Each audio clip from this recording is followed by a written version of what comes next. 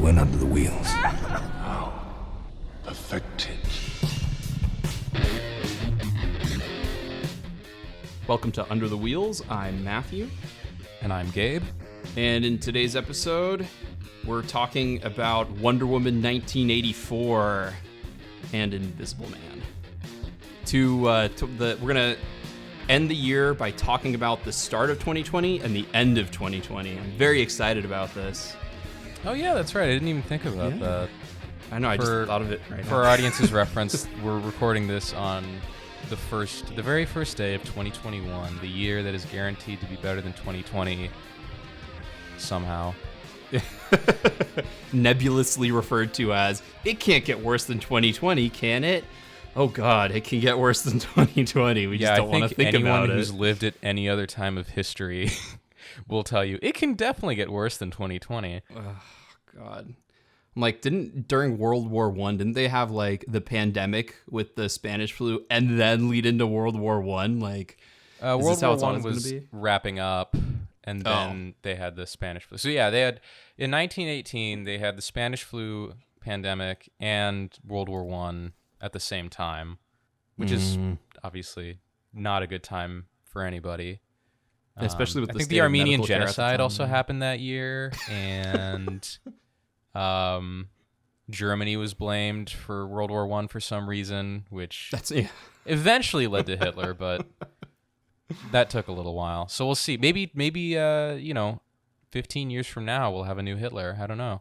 Oh God, don't even. Oh no. I just want to I would love for the pandemic to be the worst thing that happens in my life. Now that's also a double-edged jinx, because if I die tomorrow, it's like, hey, guess what, Matt? You got your wish. It's like, that's not what I meant. Oh God, speaking of wishes, oh no. Oh God, that would almost be a natural segue into our first movie, but it's not, because it's actually going to be an unnatural segue into Gabe. What have you been watching lately? Well, let's see. What happened? I've been watching a lot of movies lately. Just enjoying a lot of time off during the holidays. But let's see. I rewatched Bronson and Elf. Is Bronson on anywhere, or do you own it on Blu-ray or DVD? I just rented it. Okay. My girlfriend wanted to see it because I talked it up so much, so we decided to watch it.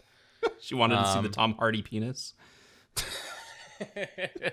She wasn't prepared for that. I didn't give her any kind of indication of the tone or what, get ready for X, Y, or Z. Just, this movie's really good. Dimensions of Tom Hardy's dick. X, Y, and Z. What did she think? She really liked it. She thought it was really good. Yeah, and it holds up. It's still a masterpiece, I think. Tom Hardy's performance is just 100% committed and absolutely brilliant. A lot of the stylistic choices that Refn makes are really clever. And, it is definitely kind of that transition movie between sort of the gritty, almost punk feel of the Pusher movies to the more slick and polished and abstract movies that he made later, like Valhalla Rising and Only God Forgives, and so on and so on. So yeah, it's still great. Elf also surprisingly holds up, because I had only seen it in theaters and then on Christmas. So that's a lot of time for me to think, I was, that came out in 2004? Something like that? Yeah, I think so. Yeah, something like that. 2004, 2005. Yeah, so I was 9 when that movie came out. And, I really liked it when I saw it in the theater. But, I'm thinking I was 9. I'm obviously a different person now. I don't know if I'll enjoy it or if I'll find it funny or anything. But it's actually still really good. It's a fun, family movie and very entertaining. Jon Favreau, man. Jon Favreau saving your holiday movies. I know. Thank you, Jon Favreau. Hashtag he can fix it. Ugh. Moving on from Jon Favreau. Yes. I also watched The Breadwinner, which is an animated movie from the Irish studio Cartoon Saloon. I really like let's see, what is it? The Secret of Kells, which is I think Cartoon Saloon's first movie. So I was interested to see this one because it got so much acclaim, and yeah, the Breadwinner is really good. It's the animation is beautiful. It kind of switches off between like the world of the story or the world of the movie, and then the characters in the movie tell a story to each other that gets dropped in installments as the movie goes on. And the animation in that is also really good and very like clever and creative, how they how they convey different things. And I think one of the most interesting things about it is that it is a kids movie. It is rated PG. It is targeted towards children, but it is unremittingly bleak. Kind of like the Irish. Well, it's just like, you'd think like, okay, it's a kids movie. It's going to have lots of like silly jokes and stuff like that. And I mean, from what I remember, the Secret of Kells is a pretty fanciful movie. It's got lots of like fantasy elements, and the main characters are children, and it is definitely a kids movie, but the tone is actually pretty serious. Nothing like too traumatizing happens or anything, but it's got a fairly straight, serious tone to it. Breadwinner also has a very straight, serious tone to it, but it's also incredibly dark because it's about like the horrors of life under the Taliban and like Oh wow. early 2000s Afghanistan. So it's really fascinating how they kind of walk the tightrope of like, this is a kids movie, and also it's extremely depressing and dark and kind of scary maybe if you're a kid seeing this. But it's really good. I would recommend it to anyone. And I think, kids should watch it with their parents. It's probably not best for kids to watch by themselves, because they'll be like, I think not just like, oh, this is sad or this is scary, but also just like they're going to be confused by a lot of shit. And, it might help to have a parent to be like, well, this is like another culture where this is the norm, therefore, and explain a lot of the things that maybe kids might not get right away. And then the last movie I watched is this obscure Iranian movie I'd never heard of called The Song of Sparrows, which is about this guy whose daughter's hearing aid breaks, so he goes through he sort of like stumbles into a series of schemes to try and make money to buy her a new one after losing his job as like an ostrich farmer. And like as he makes more and more money through these various schemes, he becomes more and more greedy and sort of forgets about his family and just focuses on like acquiring wealth and material possessions and crap, which is mostly in the form of like junk.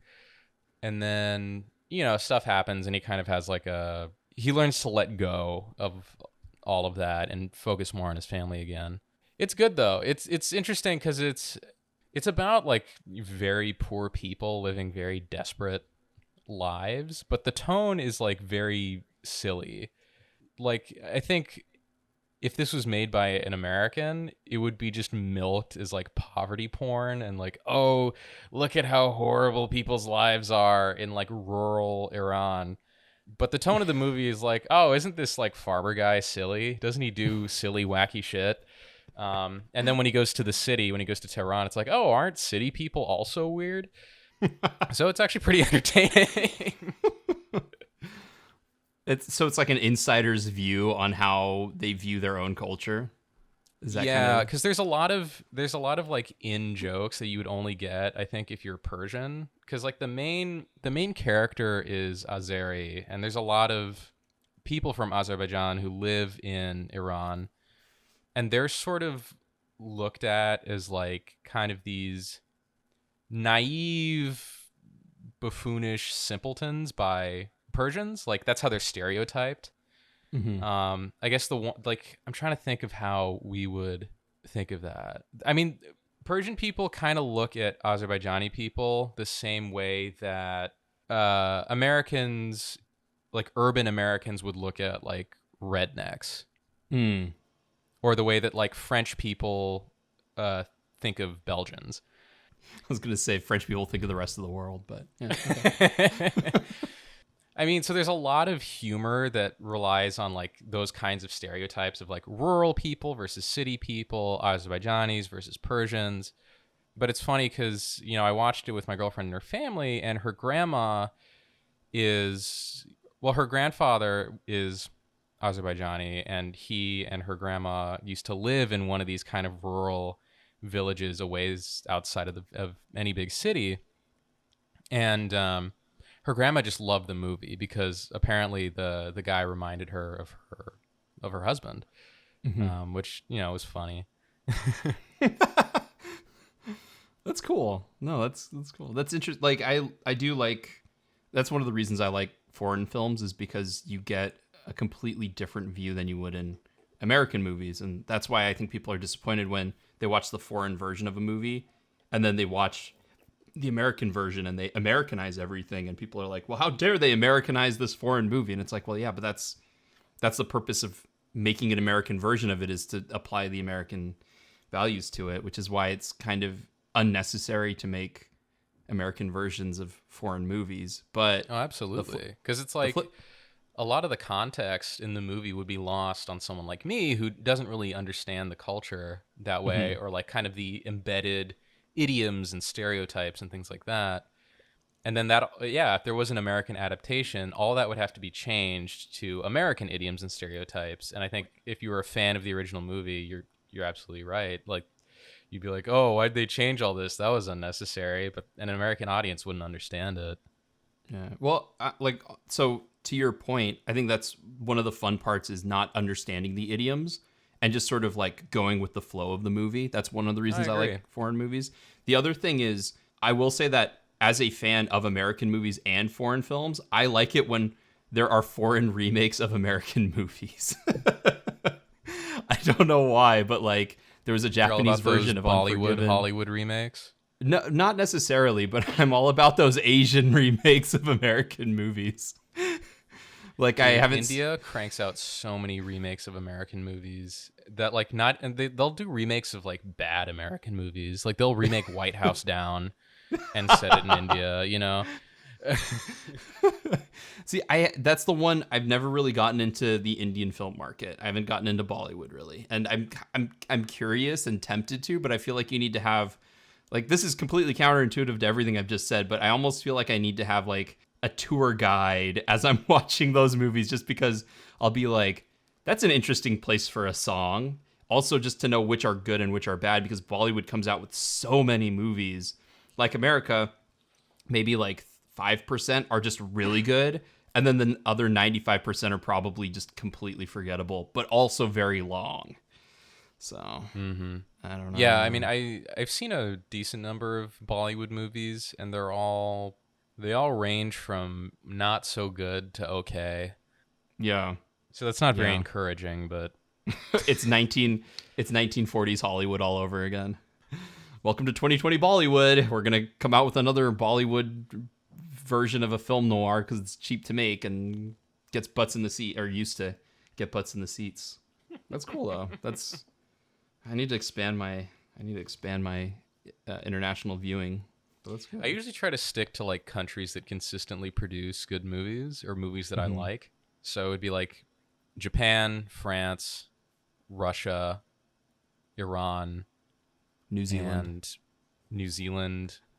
Well, New Zealand films are in English, so it's fine. I'm talking about like non-English language. Got it. Quote foreign film, unquote. Hong Kong, South Korea, and yeah, it's kind of it. I mean, you know, Mexico a little bit. Yeah. But yeah, and then the rest is like, well, you know, we'll see. Remains to be seen. I mean, I didn't mention Germany, but I love every Wim Wenders movie I've ever seen, but I think that may be more just that Wenders is really good, as opposed to like German cinema in general is really good. Although, you know, I've seen a number of good German movies. Yeah. Other cultures, they have such a limited budget, but it's also like more financed by government, so they can, I'm sure that I was going to make some sort of parallel, but there really isn't a parallel there. It's just I guess like the best will out, which is why there are so many David Cronenberg movies that are made in Canada. It's like, I'm a Canadian filmmaker, I can do something good. Comes along Brandon and David Cronenberg, and they're like, can you do better than this? I think it's also like in other countries, not all other countries, but in other civilized countries, the government tends to work for the people. In the United States, the government hates the people. Like, I think it's weird because, like, you know, our officials are in place because of democracy, but I think they resent the fact that democracy exists. Like, if only I was here without people having to vote for me somehow. Yeah, I get that feeling. I get that feeling a lot as well. So what have you been watching lately? I have been kind of like you. I've been watching a lot, but I'm gonna just kind of go quickly through. I'm actually gonna use the movies that you spoke about as kind of a template for mine. Speaking on Jon Favreau, I rewatched Chef, which is not that. I love Chef. I think Chef's a great lighthearted movie. It's like the perfect encapsulation of what Favreau does well and what he does poorly. But Netflix also has a show that Favreau does with Roy Choi called Chef's Show. And since I have a lot of time to kill at my job, I watch Chef's Show, and it's a lot of fun. And it makes me really want to have a grilled cheese sandwich or a Cubano or some of Roy Choi's cooking. So do you know who Roy Choi is? Yeah, he's the Kogi truck guy. Yep. If you're wondering why are expensive food trucks everywhere now, it's because Roy Choi did it like 15 years ago and it became a trend. Yep. Yeah, God, so long ago. I still miss Kogi. Like they constantly say on the show when Roy Choi is like taking a bunch of random ingredients and mixing it together with like a ton of butter and oil, and he'll like take this spice and that spice, and Favreau will take a bite of food and he'll be like, "Oh, that's that Roy Choi flavor." And I'm like, dude, you know what? I miss that Roy Choi flavor.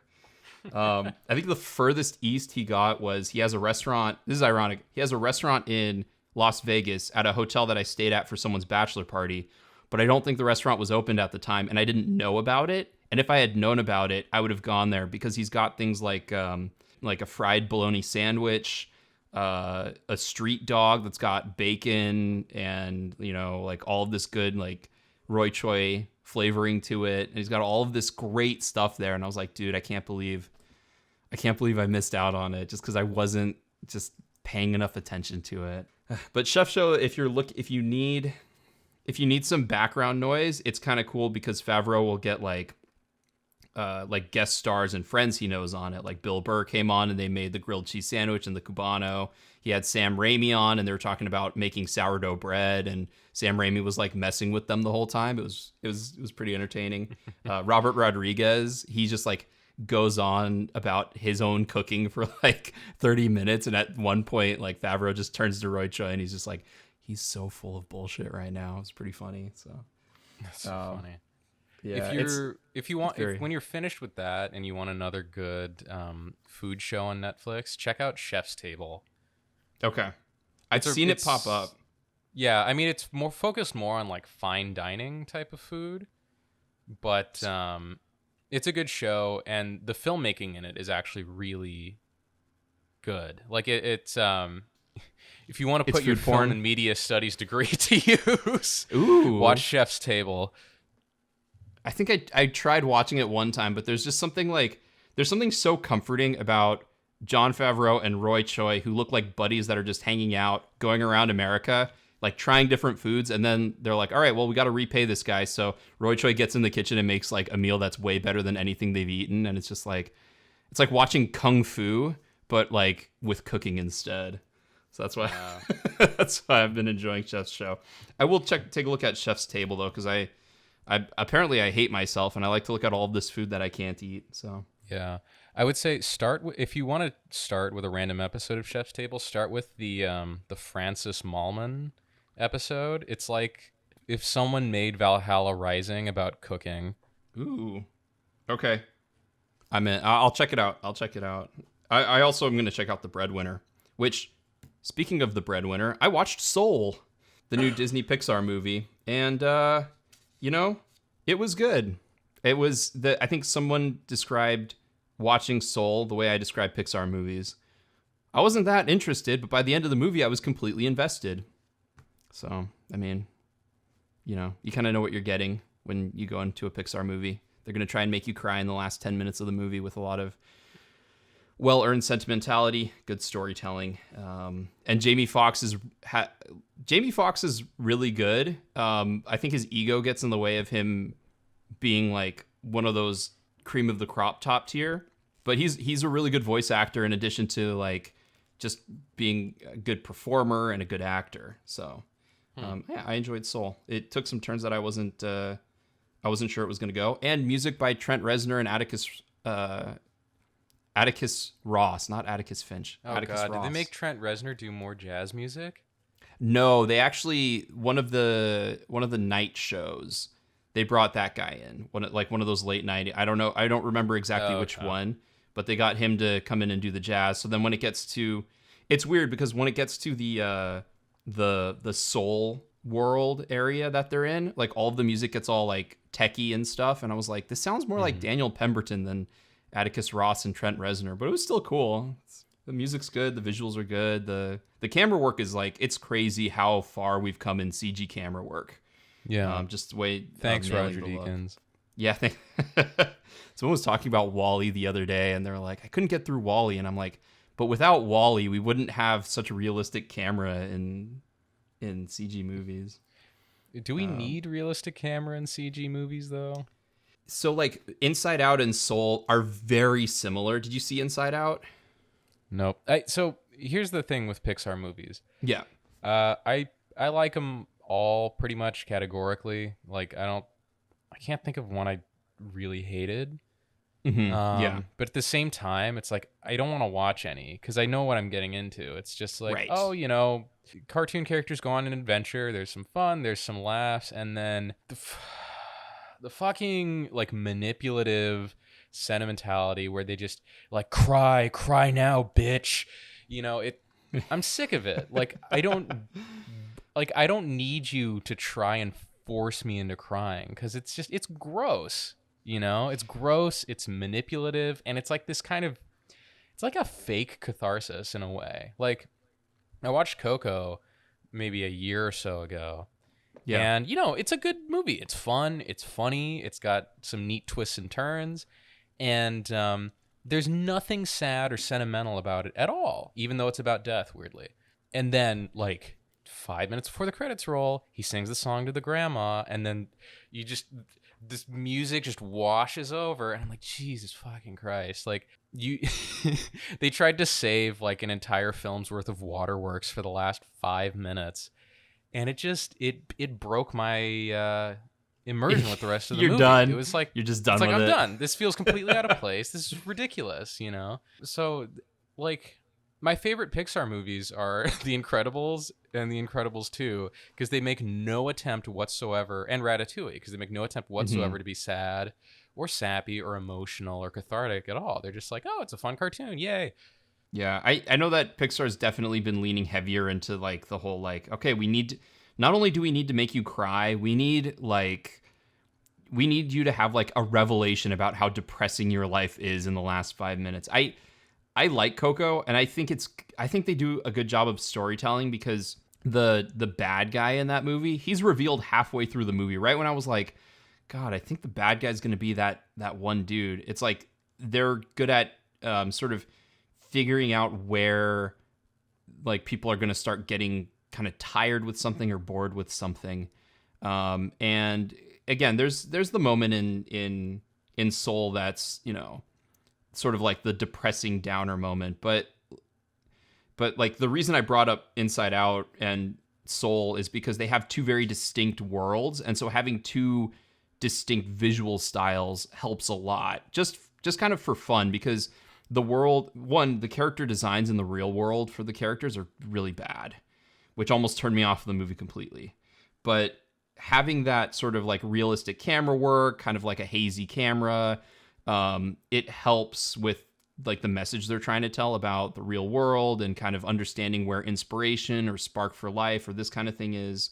And then having kind of like the goofy, like normal CG camera, like, animated camera in the Soul world works really well. Yeah, I understand about like the whole manipulation thing. and how it's like, oh, I'm so tired of like Pixar trying to tug at my heartstrings so much. And like that's why like when it's a Pixar movie, you kind of already know what you're getting into, unless it's directed by Brad Bird, which you know what you're getting into in a different way. But I mean, Yeah. there's still good enough storytellers, especially in like the way that they introduce concepts, like concepts that would hard to be explained, and introducing kind of like action or adventure type elements that, and you know, they're one of the few studios that is able to reach a general audience as opposed to like, this is a kids movie, you know. This is because like a lot of the subject matter that they're talking about now has nothing to do with like children meditating on themes of life, death, soul, coming to your own purpose, wondering if life does have a purpose.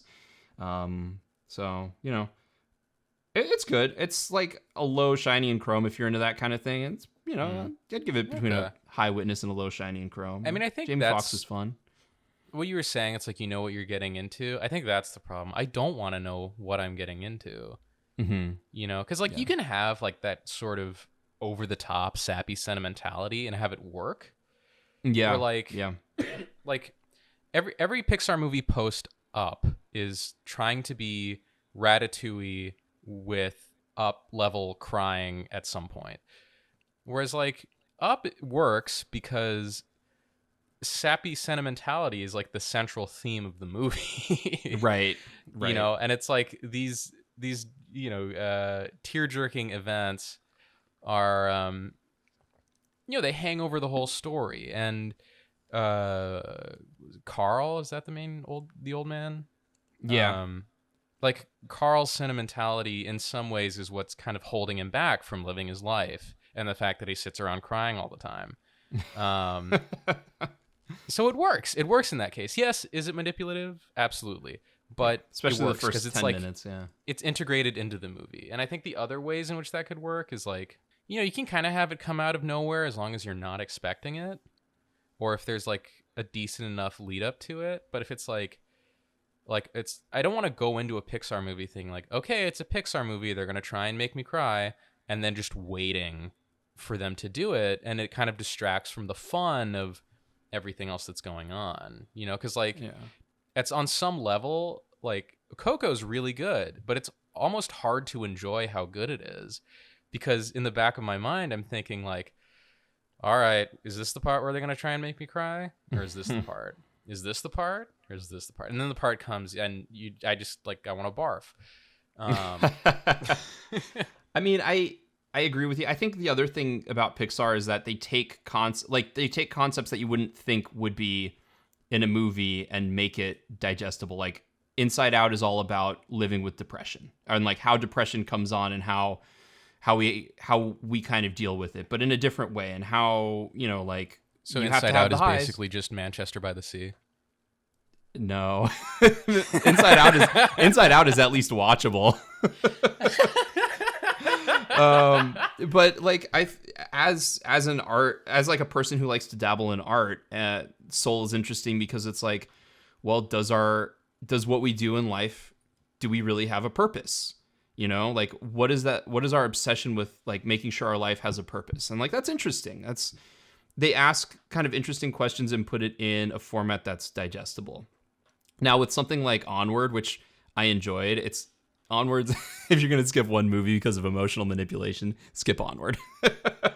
Well, I mean, just the trailer for Onward looks like the poster boy for emotional manipulation, the movie. I mean, yeah, I think I've said this before, but Pixar movies since 2010 are mostly, what is it? It's pornography designed emotion to porn, jerk tears. And yeah, that's Onward. Soul. People who are like, "Oh man, I cried so much for Soul." Not as much. I didn't think as much. I didn't feel as much for that. But yeah. But go ahead. I'm sorry to the rest of your point.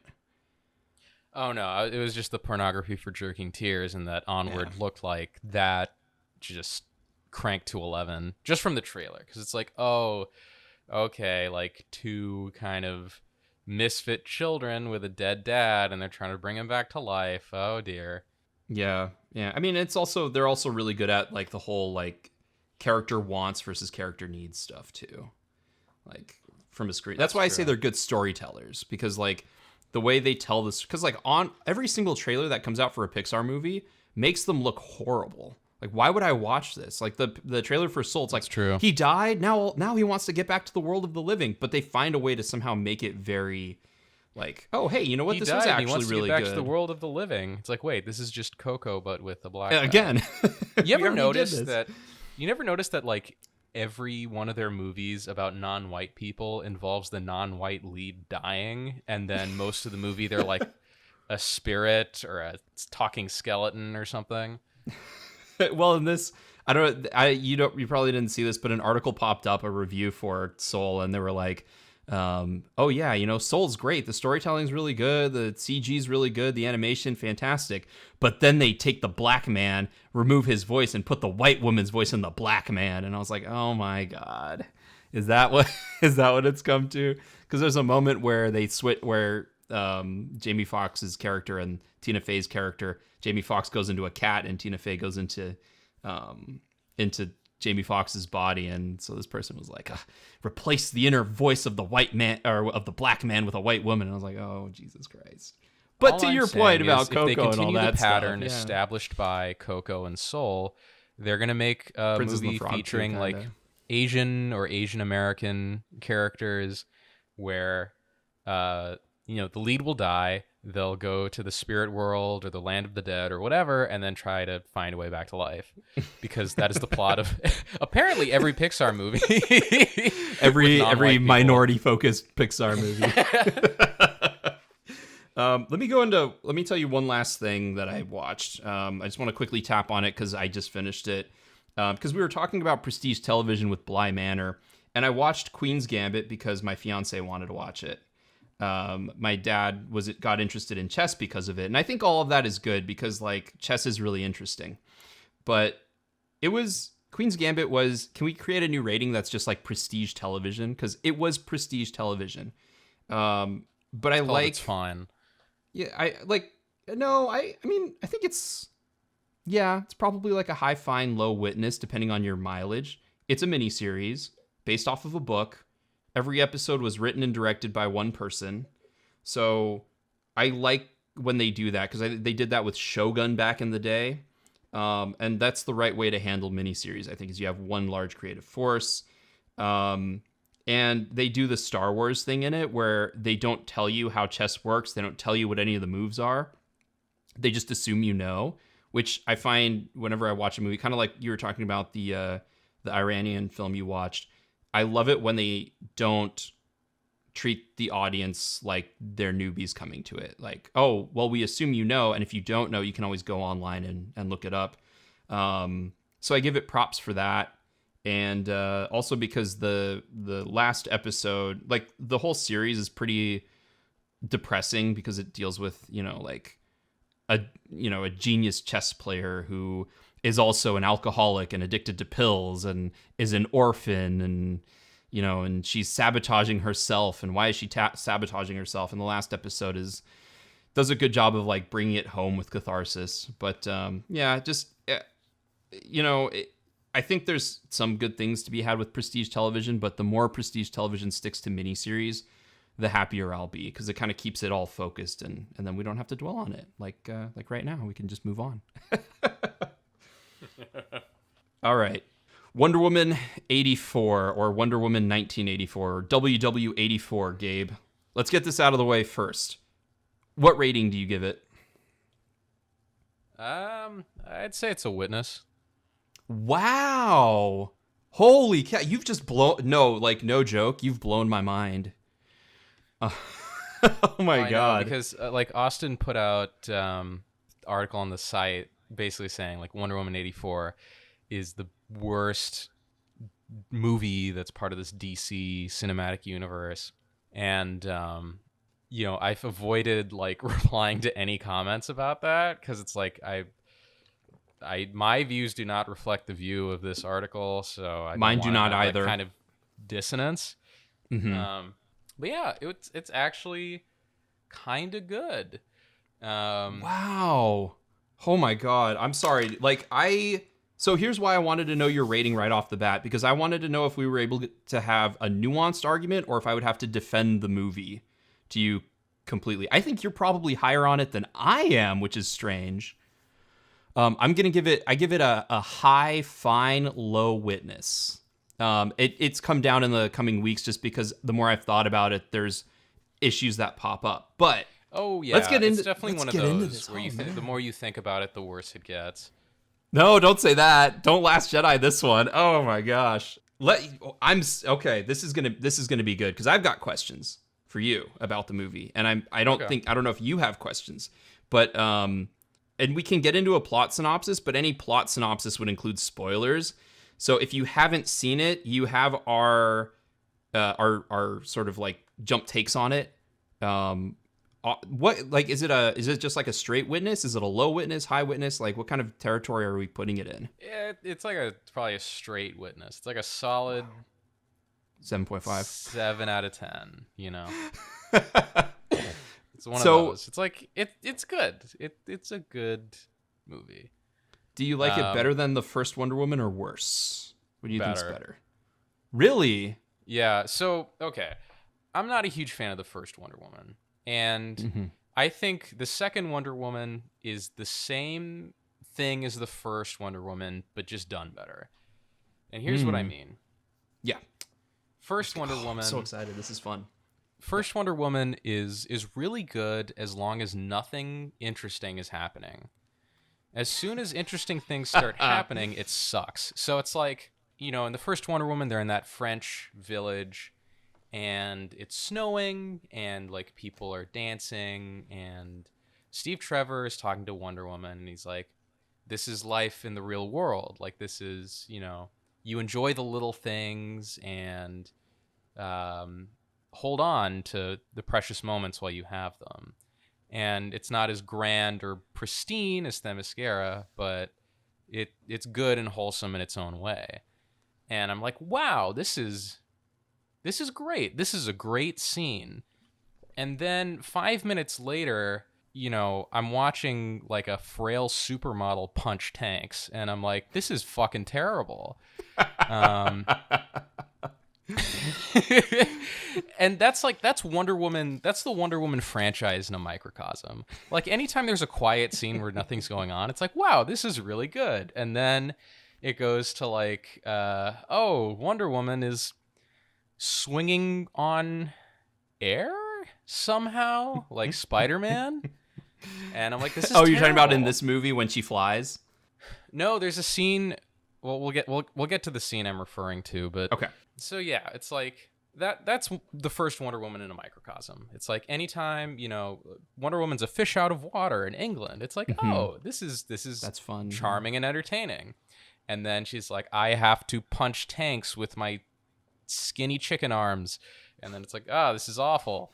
And then it's like, her and Steve Trevor are having a moment. This is really good. And then it's like, Danny Houston's awful accent. This is terrible.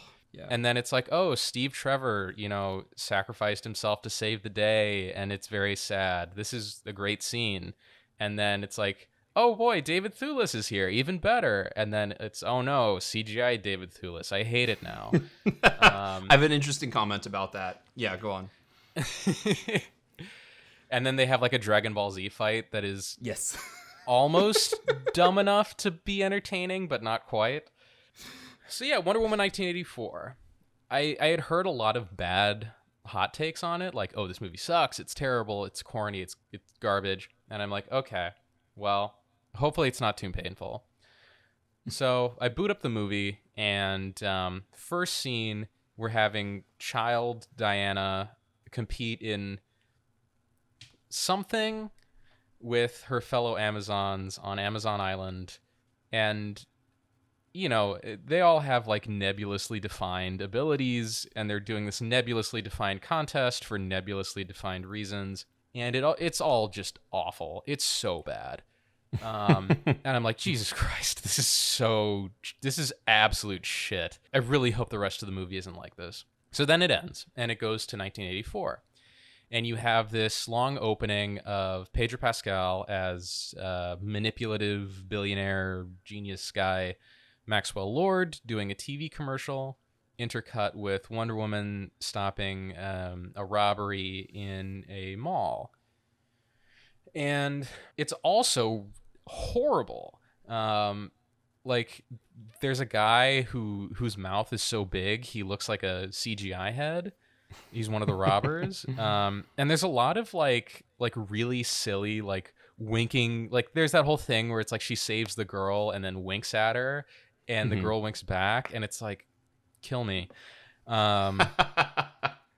It's so bad that like the dual opening is not a great idea. I mean, it's an okay idea, but both openings are horrible, and they do a horrible job of setting up the movie, because after they both ended, I'm miserable. I'm sitting there thinking to myself, oh no, what have I gotten myself into? You know, is it going to be just 2.5 hours of suffering like this? And then the rest of the movie happens, and it's actually, there's some really good stuff in there. So basically, because one of my snap judgments after I watched it was like, I was disappointed by the movie, but because I really like the first Wonder Woman movie, like really like it. But one of the issues that I keep coming back to every time I want to rewatch it is that the movie is 2.5 hours long. So basically you're saying if you just cut both openings, then the movie's fine, because you don't have to, because that cuts off a half hour of the movie. Because I will agree with you, the beginning opening triathlon scene, I get why they did it. You want to start your movie with action to get the audience invested, because when the movie proper starts going, you don't have another action scene in the typical sense that engages the audience on like a popcorn sort of like guy eating the sandwich and having an orgasm at the same time level until well, it also like 2/3 establishes of the movie. kind of the central theme of the movie of like, you know, the truth will set you free and all that stuff. Right. Right. And like, Which you I can't liked. cheat I like your that way they to what you explicitly want. said it. However, there's more elegant ways to set up your central theme than with a 10-minute like hot garbage action scene. I don't hate the opening scene as much as apparently everyone else in the world does, just because I like the stuff on Themyscira. Yes, it seems like it's pandering to the audience, and we can get into how this movie, the sequel, panders more to the audience than the first movie did, and my God, does it. But I like seeing Themyscira again. I like that they have the lesson in there. I get why they wanted to have a big action scene, even if it is too long. And I like the opening scene of like back in the day with comic books, and especially comic book movies like the first Batman movie, where it's like, you know, oh my gosh, someone's saving everyone's lives. It's some vigilante that's helping everyone out. Like, I was fine with it. I didn't have a problem with that. I know a lot of people did. You and Austin both have a problem with that. Austin doesn't even think that the opening connects to the movie at all. And it does. It's just, it's too long for how it connects to the rest of the movie. Anyway, continue. Unless you want me to go on something here. You can go on, because I don't know how Where much we're more gonna I can go. say without spoiling stuff. I think we should just start spoiling stuff. I mean, Okay. So I will say that I was disappointed. I think that the beginning of the movie is kind of like a microcosm for the rest of the movie. It reminds me of when you were talking about Heaven's Gate and you said the movie is too long for it to be pretty good. And I feel like that's how I feel about Wonder Woman 1984. Because every time I want to go back to it, there are certain moments, like the moment in the desert, like the big action scene there that everyone's like, oh, this is a great action scene. That's one of those moments Who that said I'm like, that's a great action scene? people, I think. They're like, oh, that's the big action scene. I will say that I don't think any of the action scenes are particularly amazing. And I will say that I agree with you. The character stuff wins out. For me, the movie had more high points than it had low points, which is why I recommend people watch it. But unlike the first movie, where every single scene with a villain, just get rid of it and the movie's way better. In this movie, the villains were interesting, but the set piece moments felt a little bit more disconnected than in the first movie. So I guess that's my quick review of it. But let's get into spoilers. Okay. I mean, I don't even know where should we just start with, because to me, like, all the performances were I enjoyed all the performances. Let's put it that way, because you have Gal Gadot, who's, you know, All the performances worked. Yes. Yeah. You have Gal Gadot, who is just embraced this whole, I am Wonder Woman in real life and in fiction. So it's like, okay, that's fine. Chris Pine acts his ass off. Like every amazing moment to me comes from Chris Pine acting his ass off.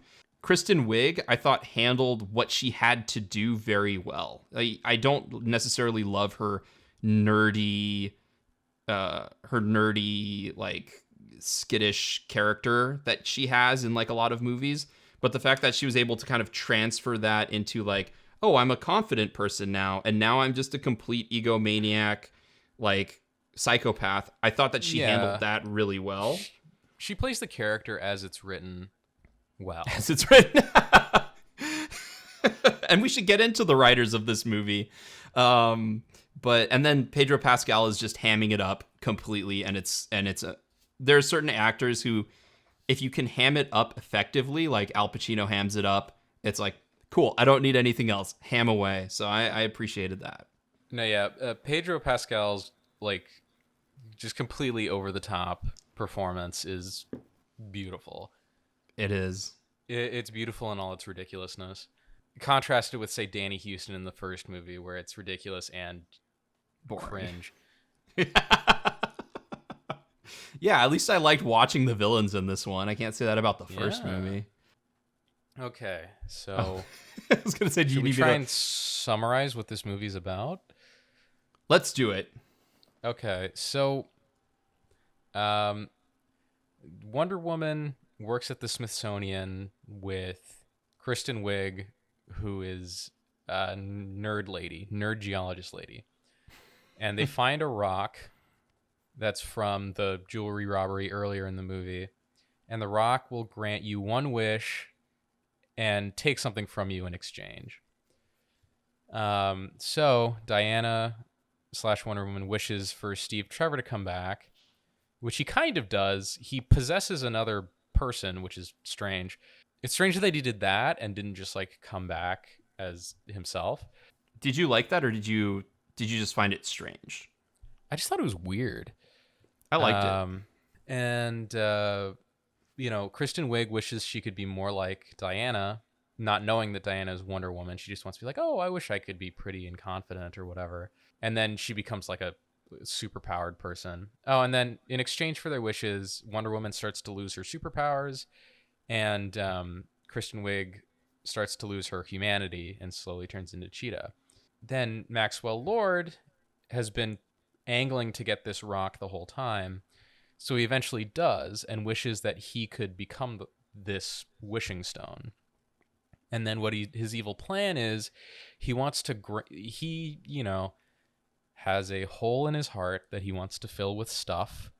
So he does that by granting everyone's wish that he can and then taking what he wants from them in exchange. Because like the stone takes something from you when you make a wish. Max becomes the stone so then he can choose what he wants, with the view that if he grants everyone's wish, anything he could ever want is owned by someone, so he could take that thing. And then the movie is sort of this long romp across the world where, Maxwell Lord is trying to acquire as many oil fields as he can for his oil company. And then because merging with the stone is like adversely affecting his health, he wants to acquire like all kinds of power. He wants to acquire the ability to grant everyone around the world's wish at the same time.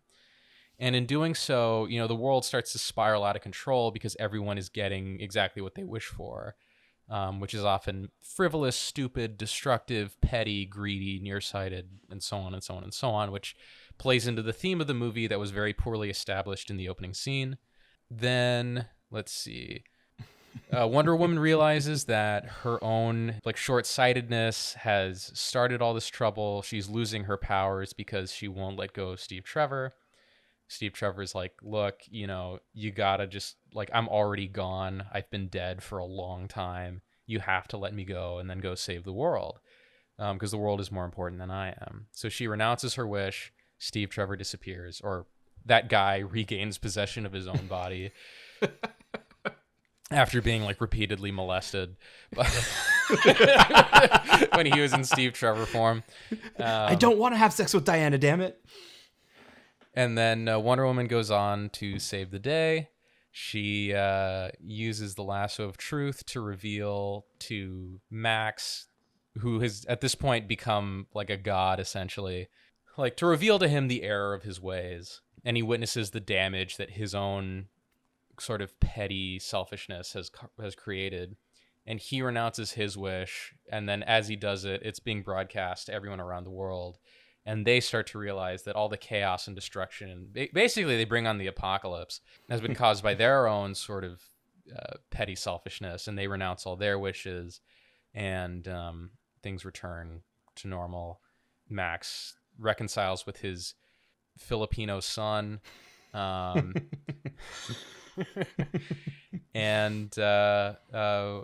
Wonder Woman goes on to have more adventures in the future. The end. Yep. Oh, and Linda Carter shows up and winks really fucking hard at the camera and is like, "Hi, I'm Linda Carter. Remember Linda Carter?"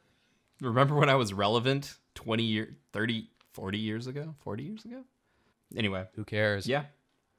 Let me first say that when you were describing the part with like Steve Trevor and Diana and she has to renounce her wish and all that stuff, like I know Austin hated that scene. I actually really liked that scene and how it led to her.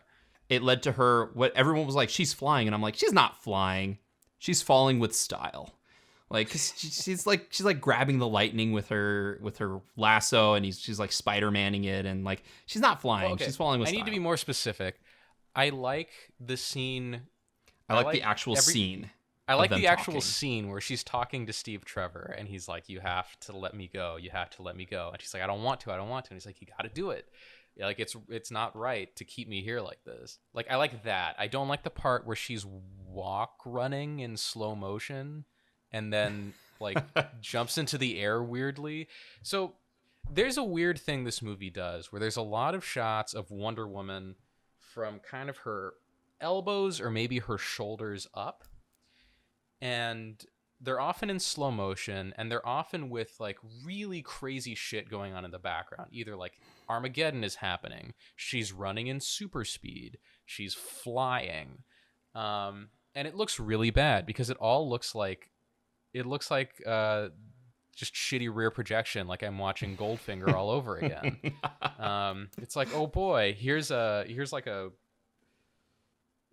shoulders up shot of Wonder Woman with clouds rear projected behind her. Here's a shoulder up shot of Wonder Woman supposedly running at super speed, but that's just slow motion trucks rear projected behind her. Here's Wonder Woman from the shoulders up crying in slow motion while the apocalypse is happening behind her. And it's like, this, why?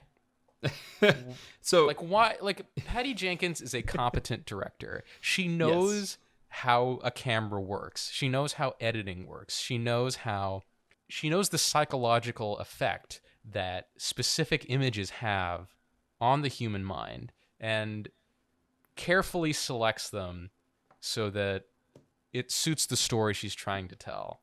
And knowing all these things, why? Why did she put so many of these awful shots that may or may not be rear projection? They're just so bad that they look like a rear projection into the movie. Well, one of the things that, like, going back to the opening scene, because they have that one moment in the mall where she's like doing the run thing at the end of the first movie where she's like running and punching everything, and everything's like super fast behind her, and it looks kind of like a bad imitation of Twilight. You know how everyone was making fun of like the Twilight run for a while. But like I thought that was because she's basically at the point where she's like air ice skating with her like really wonky shoes. And so like I was down for that because I was like, oh, that's clever, because I've played Bayonetta, and one of the weapons in Bayonetta is a pair of ice skates that you cut people up with. So I was like, okay, that's kind of cool. That's an interesting way of doing it. Now, if it was actually supposed to be her like, she's running so fast and taking such large steps, then I'm like, yeah, she failed. But the idea of it like, oh, she's just skating on it because she's that badass that she basically is rollerblading like people did in the 80s, but, you know, on air or whatever. I was like, okay, I'm down for that. Yeah, I liked, there's a lot of things I liked in concept, and I like the idea of her like jumping up into the air and falling with style, the way that they did that.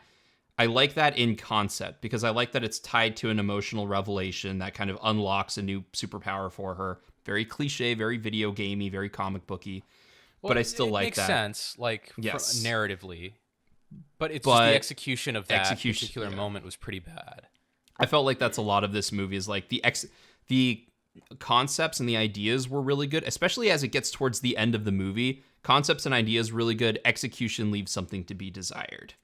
And that's one of them. The other one is like the Wonder Woman armor, the Linda Carter armor. It's like, oh, that looks so cool. And she comes down and she's gonna fight a bunch of people with it, and she's gonna use the wings like blades, like in Legion, and she's gonna do some badass stuff with it. No, she just basically uses it as a shield until it breaks, takes off the wings, then punches someone before electrocuting her. Well, so again, she's cool Wonder Woman. concept. She's not gonna stab people with wing blades or whatever. She had a sword in the first movie. In X-Men, Archangel is the bad guy. When he has metal knife wings, he's a villain. When he has normal wings, he's a good guy. But she had a sword in the first movie, and they found a way to make it like it was like a children's movie. Everyone has swords, nobody dies. Like, okay, Well, so in that the was first kinda, movie, she's like, "I am here to kill Danny Houston." yeah. Like, make no mistake, I'm gonna straight up murder that motherfucker. Yeah. Which is like, but like in the scene where they're in no man's land and everything, like they make a deliberate point to have her like flip the sword so she's holding the blade handle as she's like hitting people with the hilt of the sword. Yeah, the execution of the movie, like across the board, concepts were there, execution was kind of poor. Like one of the things about everyone doing the wishes, the first wish that happens, the guy puts his hand on there and he's like, I wish I had a cup of coffee. And then like the coffee appears and he's like, hey, cool, it worked. But it only appeared because like someone was sick. And I was like, oh, that's cool. It's like the wishes come true, but it's all very coincidental.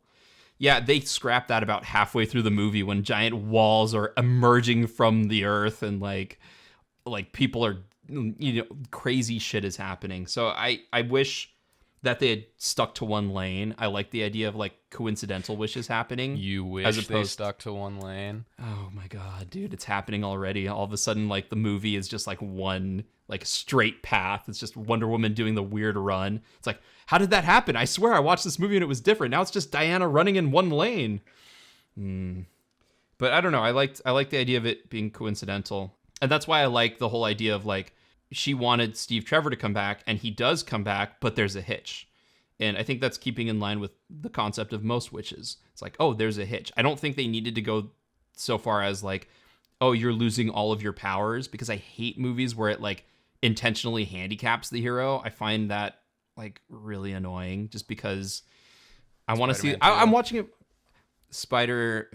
No, because, well, but I did. It worked in Spider-Man too, because it wasn't like he was doing a bunch of action scenes where his powers were going away. Like they would kind of hiccup, but like in this, she's like physically getting weaker. Or like in the end of the first Iron Man movie when he has to use like the shitty arc reactor to defeat the guy and he's only at 60% of efficiency. I was like, that's dumb. I want to see like 100%. Two dudes going at it, a guy and a girl going at it. I don't care.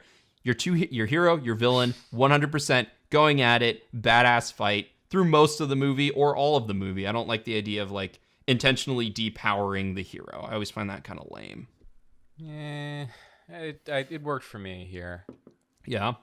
Yeah, just because like, the thing is that the movie, as inconsistent as its execution is, the themes really work. And they are, even in parts of it that are bad, the themes come through well.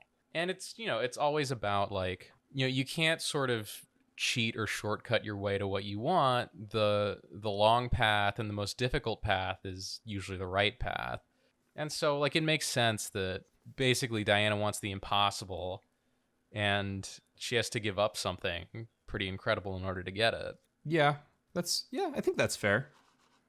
And it's also, I think, well, you could also look at it as like she's spent, good Lord, how much time pining for Steve Trevor? I mean, if we say the first movie took place in 1914, it's been 70 years. She's been basically like an antisocial loner who lives in a society that whole time. And so she's like tied so much of her identity to this guy. And in order to bring him back, she has to sacrifice the thing that makes her special, or that makes her who she is. Yeah. Symbolism. You say, hold on one second. Huh? No, I said I whispered symbolism. into the microphone. Well, that was one of the things a couple of things script wise I was worried about was it's so explicit with what, and this is why I'm kind of surprised. It's so explicit with what the theme is at the beginning of the movie that I was like, oh, there's the first groan from Gabe. The second groan being the fact that the script was co-written by Jeff Johns. Which I think you can always induce from me, but this is this is certainly one of his less offensive works. Yeah, and I mean, you can tell it's very comic booky in kind of like a bad way, but maybe also even in a good way. But just like as I was watching it, I was like, this feels like, I don't know, there was something about like the way that the themes were integrated, because until you clarified what Maxwell Lord's, like, his motive was, to me, I kind of got it. It's like, I want to make everyone's wish come true. And I guess it's like, I want to make everyone's wish come true so that I can take from them what they need. And like, okay, I'm like, that makes sense. And it plays into greater themes of, you know, culture in the 1980s, which I want to talk about as well.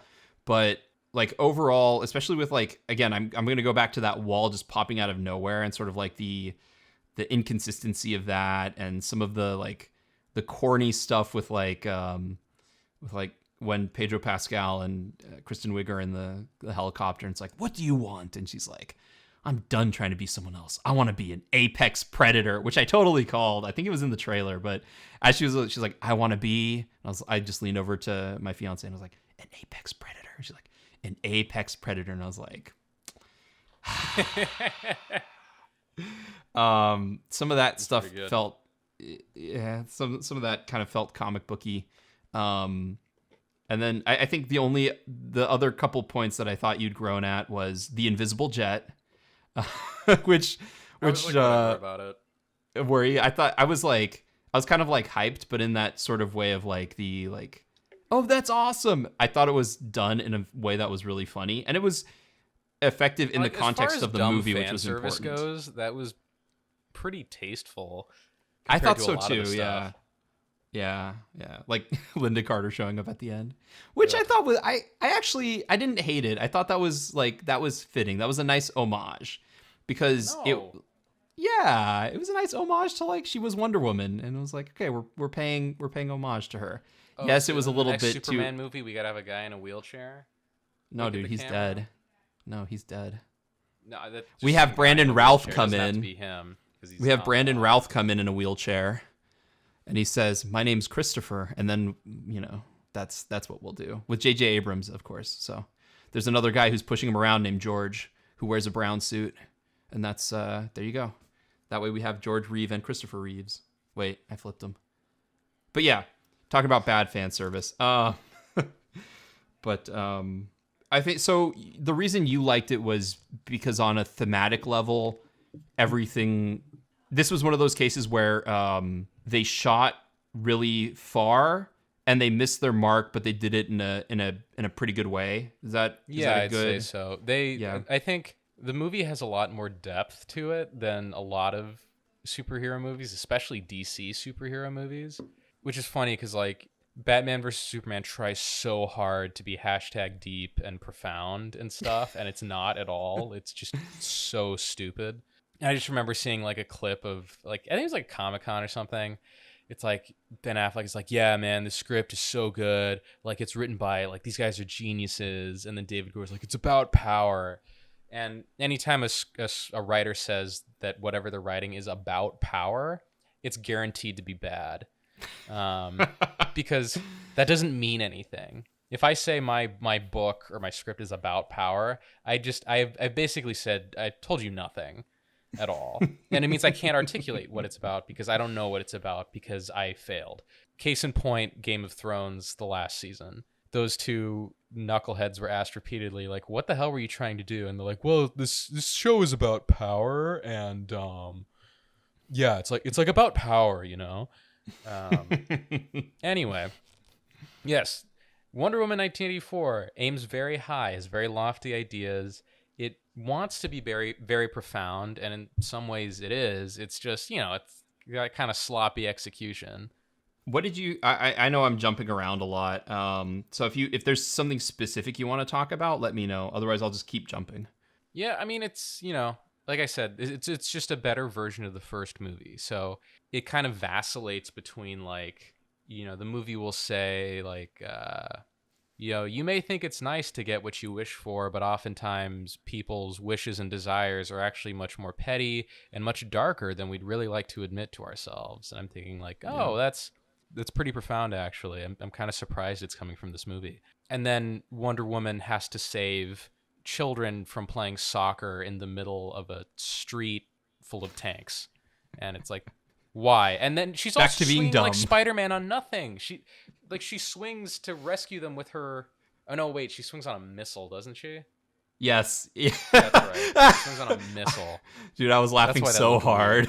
Like, yeah, she swings on a missile to save kids. And it's, first of all, like, going into that scene, I was like, oh, cool. We're going to have, like, an Indiana Jones or Mad Max Fury Road style car scene where a hero has to, like, climb vehicles to get to the vehicle in the front. And it's going to be fun. And it wasn't fun. It was bad. And there's a shot of her from the shoulders up running while trucks are rear projected in slow motion behind her. And I'm like, that was very hard to look at. And then there's random children playing soccer in the middle of the street. And I'm like, oh boy, just as if we didn't need any more cliches, here's another one. And she swings on a missile to save them. Hey man, heroes save people, villains kill And then people. Heroes save people, but, like, why are children playing soccer in the middle of a street full of tanks for reasons other than, plot convenience? Name one non-plot convenience reason why they would do that. See? And so, yeah, I'm like, wow, that was awful. And then the movie that, switches to, like, we all wish we could change the world, but, you can't cheat your way to what you want in life. Sometimes, real change that matters requires hard work and discipline and sacrifice and things that are not fun, but in the end it's worth it because, all good things take great effort and you got to work hard for them. You can't just wish them to happen. There are no shortcuts in life. And it's like, damn, that hit pretty hard. And then Linda Carter's like, hi, I'm Linda Carter. Remember Linda Carter? So it's just like this, it's like this wild, the whole movie is this wild pendulum swing between, like, profound philosophical statements about life and then really horrible, like, blockbuster cliches. I'm gonna jump to the ending because, like you've said multiple times, it's like I think they did a good job of integrating the overall message of the movie into the ending in a way that, so the original Wonder Woman, Patty Jenkins has come out and said, DC came in at the last minute and was like, no, you need to have a giant brawling fight between Wonder Woman and Ares at the end. And she was very adamant in her script that it was going to be David Thewlis coming in. This is what I think was going to happen. Everyone always thinks of the God of War as, like, this super buff super armored, like, weapon wielding, giant presence. And her take was going to be that the God of War in today's day and age is just a politician who's just moving things of inconsequence around, putting the pieces in place. In fairness to her, is quite clever. Yeah, I thought that was brilliant. I think at the time it would have been a little too ahead of its time, but I think her original ending was basically David Thewlis using Emperor Palpatine's powers while also saying, like, oh, Wonder Woman, like, these men, they're so hopeless because all they're going to do is fight amongst each other. I don't even do anything. I just put ideas in place and then they fight each other. Not sure why I went into the Mike Stoklasa voice there, but and I, like, in hindsight, that is such a radical but such an interesting ending, kind of like in this one where I think you get a sense of that she got to do what she wanted with the ending.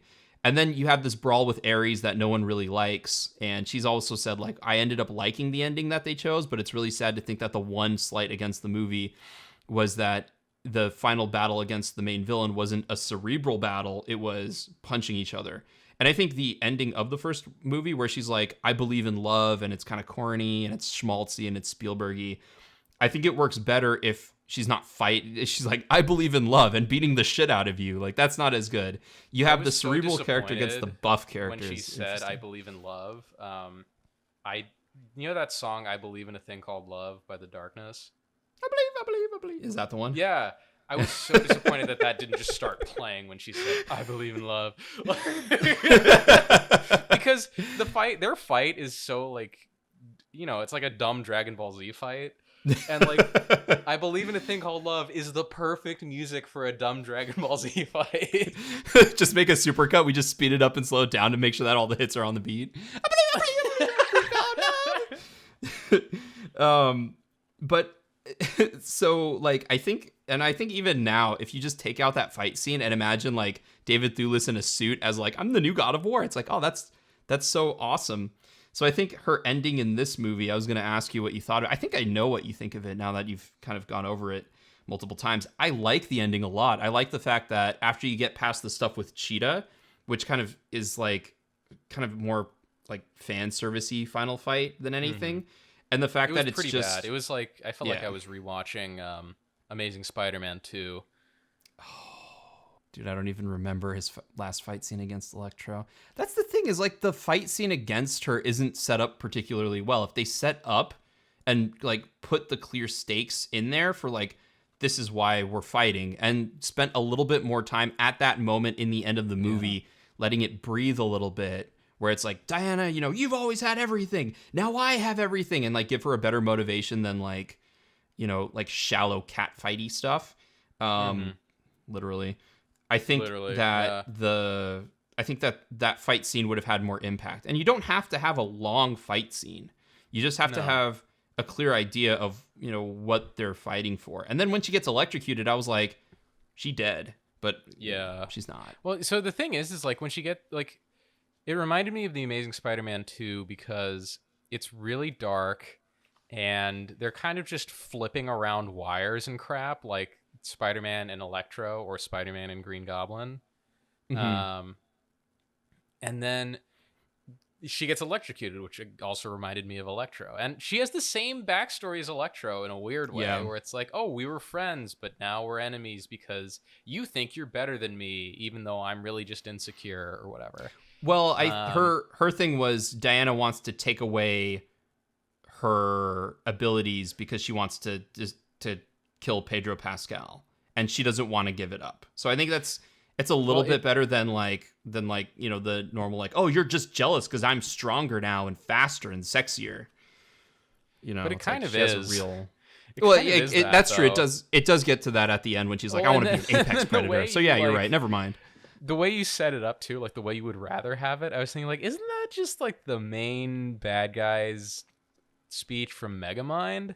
Yeah, like, he's like, I was a nobody, but now I'm super, and you just can't handle how super I am. You wish I was a nobody again. Or Power something. reveals. Power reveals. Megamind is such a good movie. It is. It's like the character designs are kind of bad. But the movie itself, and like whoever animated Jonah Hill's character at the end of the movie, it was freaking top notch. But yeah, Megamind, I think about a little too often, just because it is really good. It is like for what they're trying to go for, they set it up and executed it really well.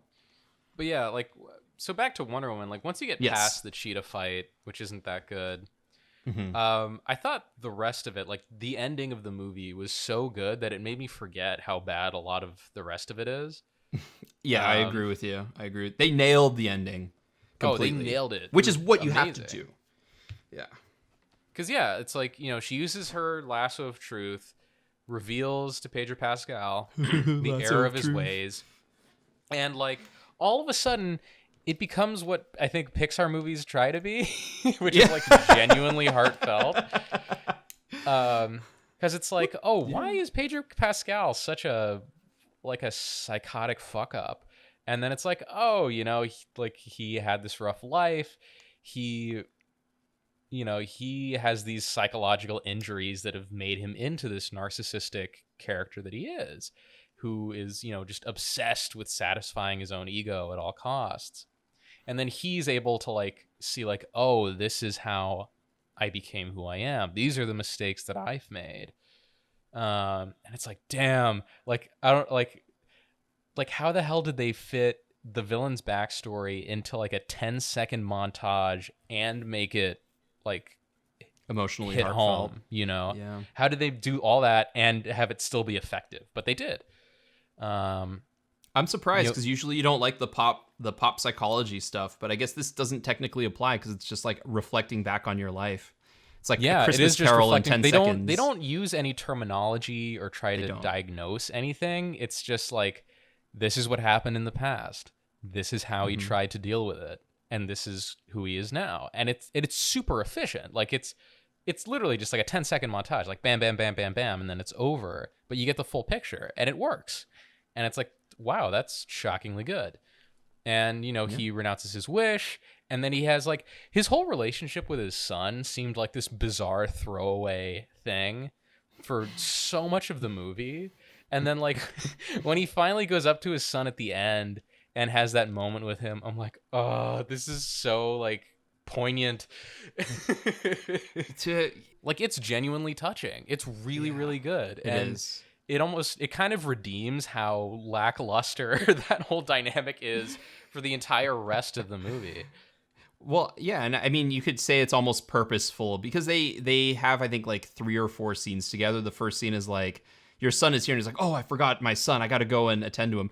And then the second scene is like, God damn it, can't he just stay away? And you just see the son get up and leave, and it's like, that's. I was like, okay, all right, Pixar, trying to pluck at those heartstrings. And then at the end, I'm gonna give more credit to just Pedro Pascal acting his face off on that scene, hell just yeah. because he sold what is generally some pretty corny dialogue, but he imbued it with a lot of sincerity. He Chris Pined it. He Chris Pined it. Like exactly, he Chris Pined it because I was saying Kristen Wiig does a good job playing her character as the character's written.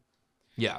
Pedro Pascal has some pretty like corny, on the nose, in your face dialogue that he has to get through. Yeah. And like he makes you believe it 100%. Yes, he does. Like the words that are coming out of his mouth are absurd, and like no one ever psychoanalyzes themselves like that spontaneously in the moment. But he does, and it's great because his performance sells it. Yeah. I was just thinking because you mentioned like what Pixar is trying to do. Since my major problem with the first Wonder Woman movie are the villains, they kind of tried to correct that problem by making the villains somewhat sympathetic. And I said, by the end of the movie, because Maxwell Lord, there's never really a point where I don't sympathize with him in some way. And I was like, they Pixar'd the villains. They made them like, they chose good actors. They made them somewhat sympathetic.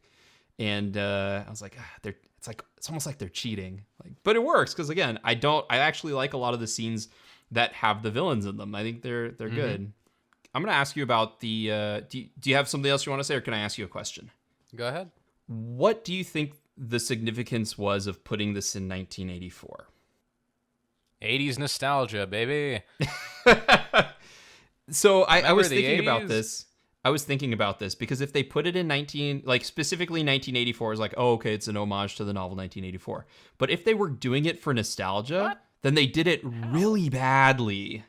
In the sense I don't know how it would be an homage to the novel 1984. I mean, except for in title alone, like 1984, maybe because 70 years after 1914. But like then all of the nostalgia, even on a surface level, is done kind of badly because it's like, oh, look isn't the fashion goofy? But then like halfway through the movie, everyone's wearing like suits, and the suits look modern because they're all like the tight cut skinny suits, and the people who aren't wearing suits are wearing soldier outfits. And so you kind of forget about the whole like 80s sensibility. But they do tie it in. I think thematically they have it tied into like Armageddon is being created by all of these nuclear bombs. So it's like the escalation of chaos, like, because, the Mayans, they had the stone and that, they caused their own apocalypse. So then you have like the political climate of, you know, all of these nuclear bombs, but that doesn't come into play until the end of the movie. So I was like, okay, that's kind of weird that they kind of left that for the end. They didn't kind of pepper it in a little bit more. And then, so like I was racking my brain about this, and the only thing I can think of, which again, lofty ambitions, poor execution, is the fact that they wanted, like, the central theme of the movie of, you know, truth is, it's a harder path, but more satisfying for the truth versus the easy path but lie of the lie, is like 1980s, and I might be looking too far into this, but like 1980s in essence is just like excess, people wanting more and more and more and wishing for more and more things and refusing to accept what they already have, and what they have is already good. So you have the things like the deregulation. It's like, oh man, now, you know, everyone is living in excess, and now they want more and more stuff, and they want to bring in more and more things. And so like Pedro Pascal is like the embodiment of that ethos of like, I'm going to give you stuff, but everything I give you comes with a huge catch that you're not aware of, and I'm just going to take from you instead. That's the best I could come up with to tie it into the 80s, and maybe I'm looking into it too much. Otherwise, I'm very disappointed. Yeah, I mean, I don't know. I don't know if this is something they thought of intentionally or something they stumbled into, or if it's all a big coincidence. I don't want to give them too much credit because I don't think that they thought this deeply about anything. Mm-hmm. But here's what I would say about the 1980s is that you ask most Americans right now what they think of the state of our country, and they would probably give you a pretty negative opinion. They would probably say things are not going so well. That would be my guess. Mm-hmm. And, you know, liberal, conservative, progressive, libertarian, whatever your political leanings, you know, they'll have different reasons for why things are bad. Yeah. Sometimes some of them may have the same reasons, even across the political spectrum. But I think a lot of Americans would agree things are not so good right now. And in a sense, we are still living in the 80s. The moral evils that were born of the 80s have produced the world that we live in today.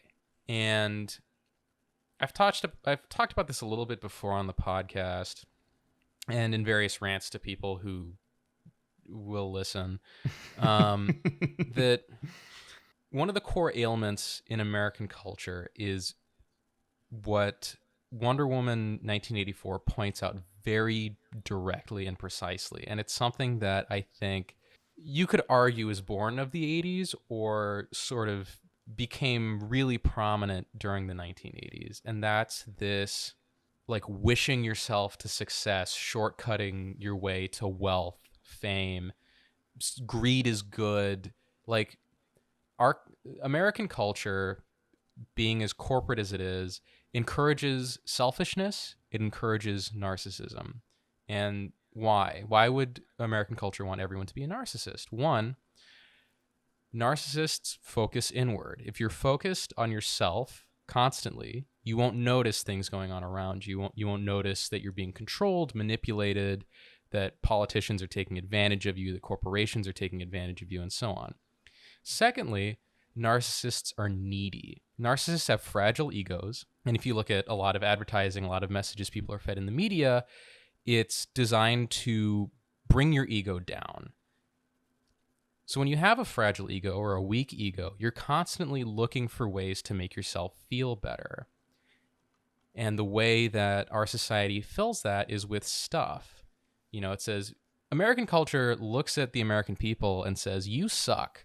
You suck, you're deficient. But here's how you can make yourself better. Buy this thing. Mm-hmm. That's advertising 101. That's how this all works. And it's a disease. You know, it's created this sick culture that's produced the world we live in today. You know, a lot of the ailments of the world we live in today are because just everyone has weak egos, they're petty, they're selfish, and they're constantly trying to satisfy this emptiness inside of them with temporary stuff, just like Maxwell Lord is. So I'm guessing that maybe that's what they were going for. I don't know. I think that's kind of what I was thinking about too. You put it much more eloquently than I did. But yeah, that's because I was racking my brain like, what's the significance of the year? Because if it was just for the nostalgia factor, they did a horrible job. I will also say this: I think it ties into 1980. I have not read 1984, but isn't it about like Big Brother is watching? Or I mean, does it have to do with like mass media being? Not really. No. 1980. People will interpret 1984 to be whatever they want it to be. Of course. Because like a lot of great works of art, it has these sort of universal themes that can be sort of co-opted to suit particular ideologies. But I think the most basic high-level interpretation of what 1984 is about is it is about the danger of total institutional power. Like one man controlling all of the wishes. Or one man controlling all the wishes, or one institution controlling the world. It's basically saying like, if, our society is composed of institutions. These institutions have some level of power over our lives. Mm-hmm. If any one institution or any set of institutions is given total power, that's bad. And then, you can kind of drill down from there into more specifics, but that's the very basic, like, this is what 1984 is about. It's in total institutional power, not good. That was your 3-minute book report on 1984. No, it's I'm glad you clarified that. And yeah, that's so like I would hope that, maybe I'm giving Patty Jenkins too much credit, but like I would hope that the whole idea of it being in the 80s is more than just superficiality, if that's even a word. So I would hope it would be cool if, all the people who worked on this movie, like, did put together this incredibly deep and complicated metaphor for the problems with the world we live in. But I think the more likely thing is that they had an idea of the general themes and what they wanted it to be about, and then a lot of other stuff they just sort of stumbled into. Which, to be honest, is how most art tends to be. Yeah. Where it's like, you set out to write a book or something. You may have a very clear idea of what you want to say, but you're gonna, if you do your job well, you're gonna develop like all these layers and metaphors and symbols and things like that intertwine with the general point you want to make, or the general idea that you're thinking about or wanting to explore. And people will look at it and say like, wow, this is so deep and so complicated and blah, blah, blah, blah. But what oftentimes happens is like, you just kind of had the core idea, and everything else you just sort of accidentally ran into and kept it because you looked over and it's like, wow, this actually works really well. This is a cool surprise. I'm glad that this, happened. Yeah. Well, and I don't remember who said this, but one person said when you're writing a book or writing a screenplay, write your entire screenplay, book, whatever. Don't think about theme. And then when you go, because themes, like you said, themes will develop. And then your job is to see what those themes are and find a way to tie everything together. And, find out which themes you like, and you can explore them in more detail. Just have hints of them here and there. I think that there's a good combination of both, because in order to make this movie, they would have already had to decide on the 1980s as when it was taking place in. But I like to think that maybe in the second or third draft, like Jeff Johns or Patty Jenkins was being nerdy, and they were like, "Ooh, we can tie this part too. Oh, it enhances the 80s-ness of it even more," because like aside from those themes, like to me the music didn't sound very 80s. I wasn't a fan of the music in this movie. I don't really remember it that well. I was a big fan of the movie of the music in the first one.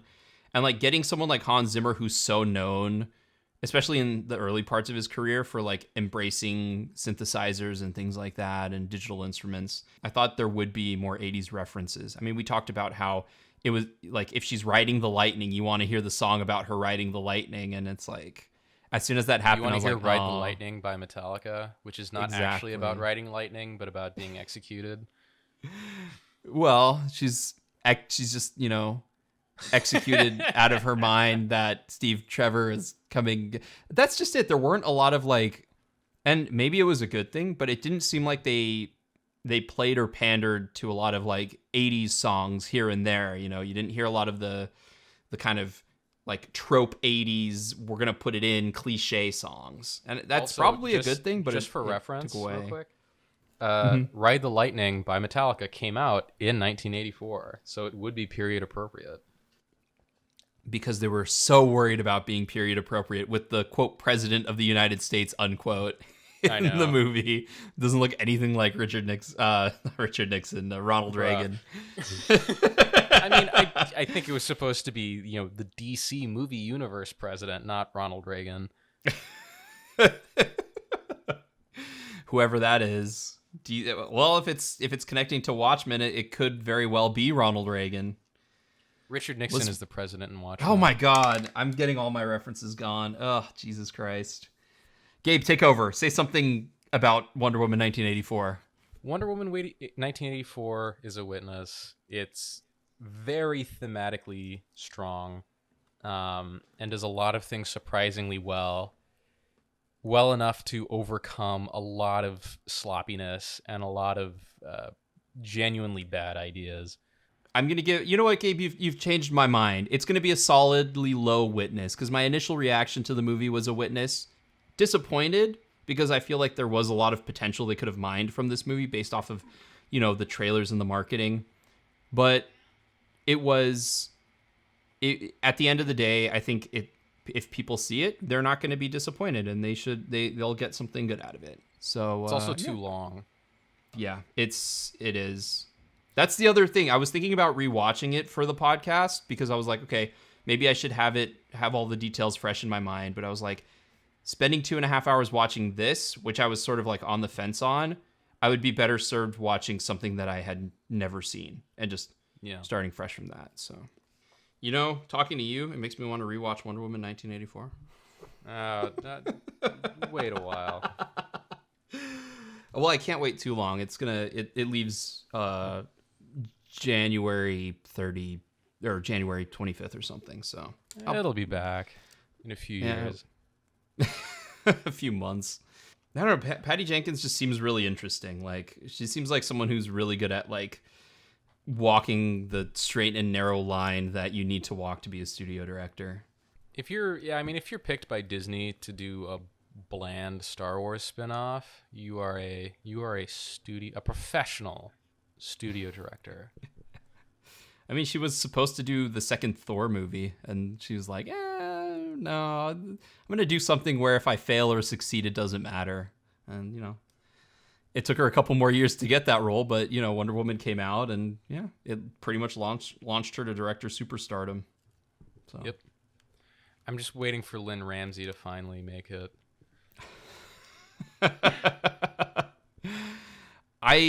Maybe she'll jump on with one of those Blumhouse movies.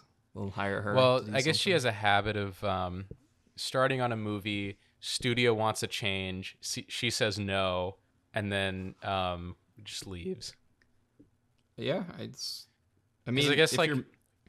guess the difference between Patty Jenkins and Lynn Ramsey, if Lynn Ramsey was directing Wonder Woman 1, the studio would not have gotten their way on the ending.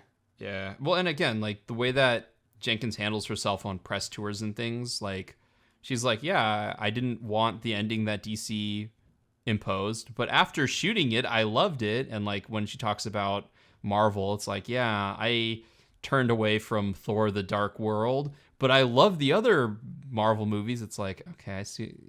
It's not as obvious. When I put it that way, it sounds really obvious, but like in the moment, I think she negotiates really well, because she's even like, oh yeah, Zack Snyder, the political game you got to play in the business world. Yeah, she's like, oh, well, how old is Lynn Ramsey? She's like, because in her 40s, I think. Okay, I was gonna say Patty Jenkins. She's had a kid and everything, so maybe she's like, the art of the negotiation is just like, you know what, I need to keep bread on the table, and I wouldn't mind if I had a nicer house and this way she gets more creative control over her projects. So, you play ball, you get rewarded, like Christopher Nolan. Speaking of someone who played ball, let's talk about Invisible Man, because it's Lee Wannell, right? Lee Director? Wannell, something like Lee that. Wannell. Co-writer of Saw and Insidious, and director of Insidious Part 3. I've read your review of Invisible Man, and your review is completely off base, bullshit, and asinine. I'm just kidding. I loved your review. I thought it was. I almost I did a actually spit take. I know. It was like when Rise of Skywalker, when they kill off Chewbacca, and then they're like, "Just kidding, he's alive." It's like, gotta make sure to appease the fans and to appease Gabe. I gotta be like, okay, I'm just kidding. Austin recommended, even though it had already gotten a lot of good press and publicity. I think like Austin recommending it was one of those things where I was like, okay, I'm really intrigued about this movie. Yeah, it's just like it's. I don't know. It's one of those movies that, like, we talked about how Wonder Woman had kind of poor execution in certain places. Like, Invisible Man just had, like, very clear concept, very simple idea.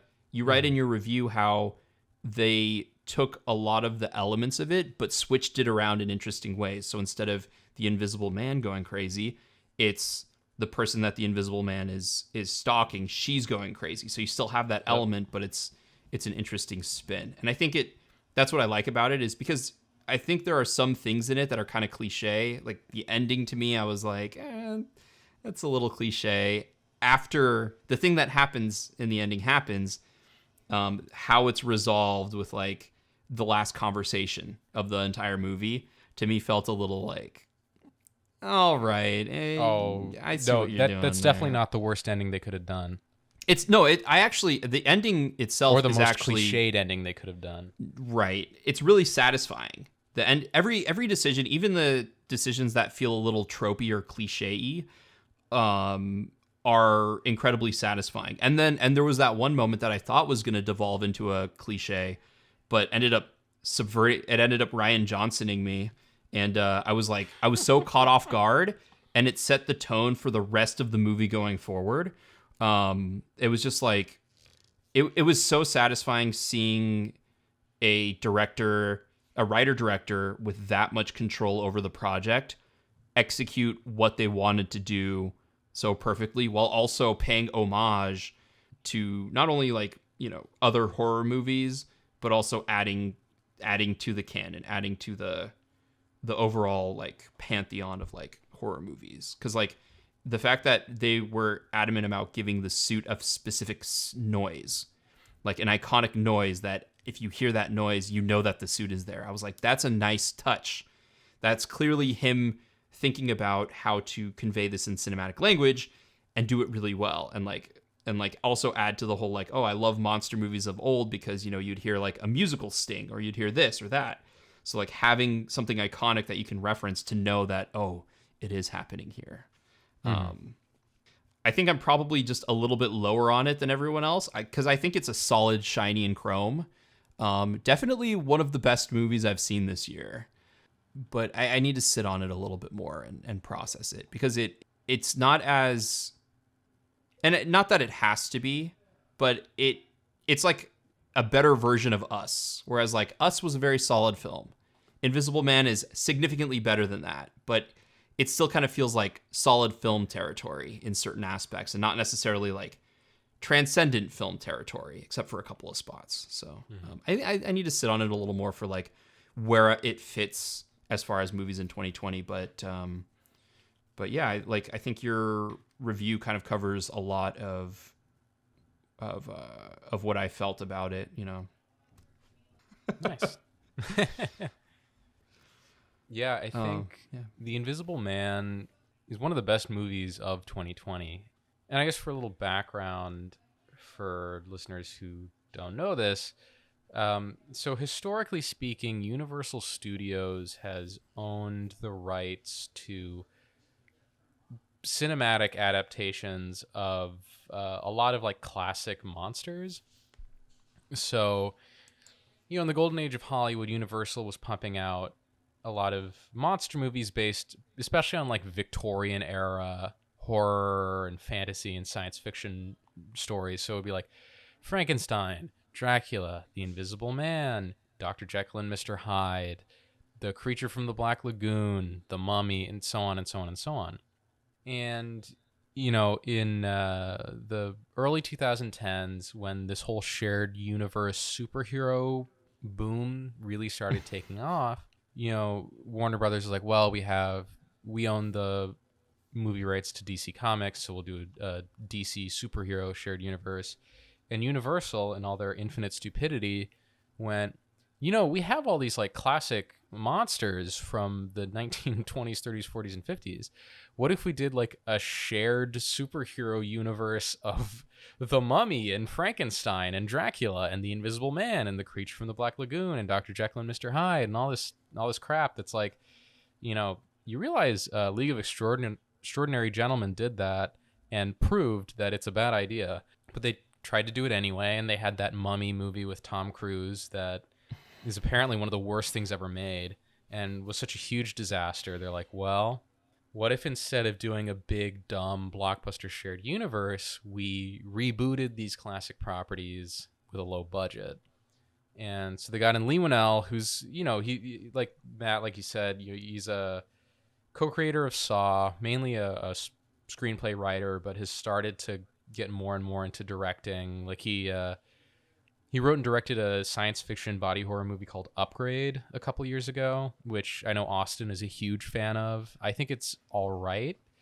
Like, it has some neat ideas, but it's not all there, and the ending is very cliched. However, Invisible Man is a home run.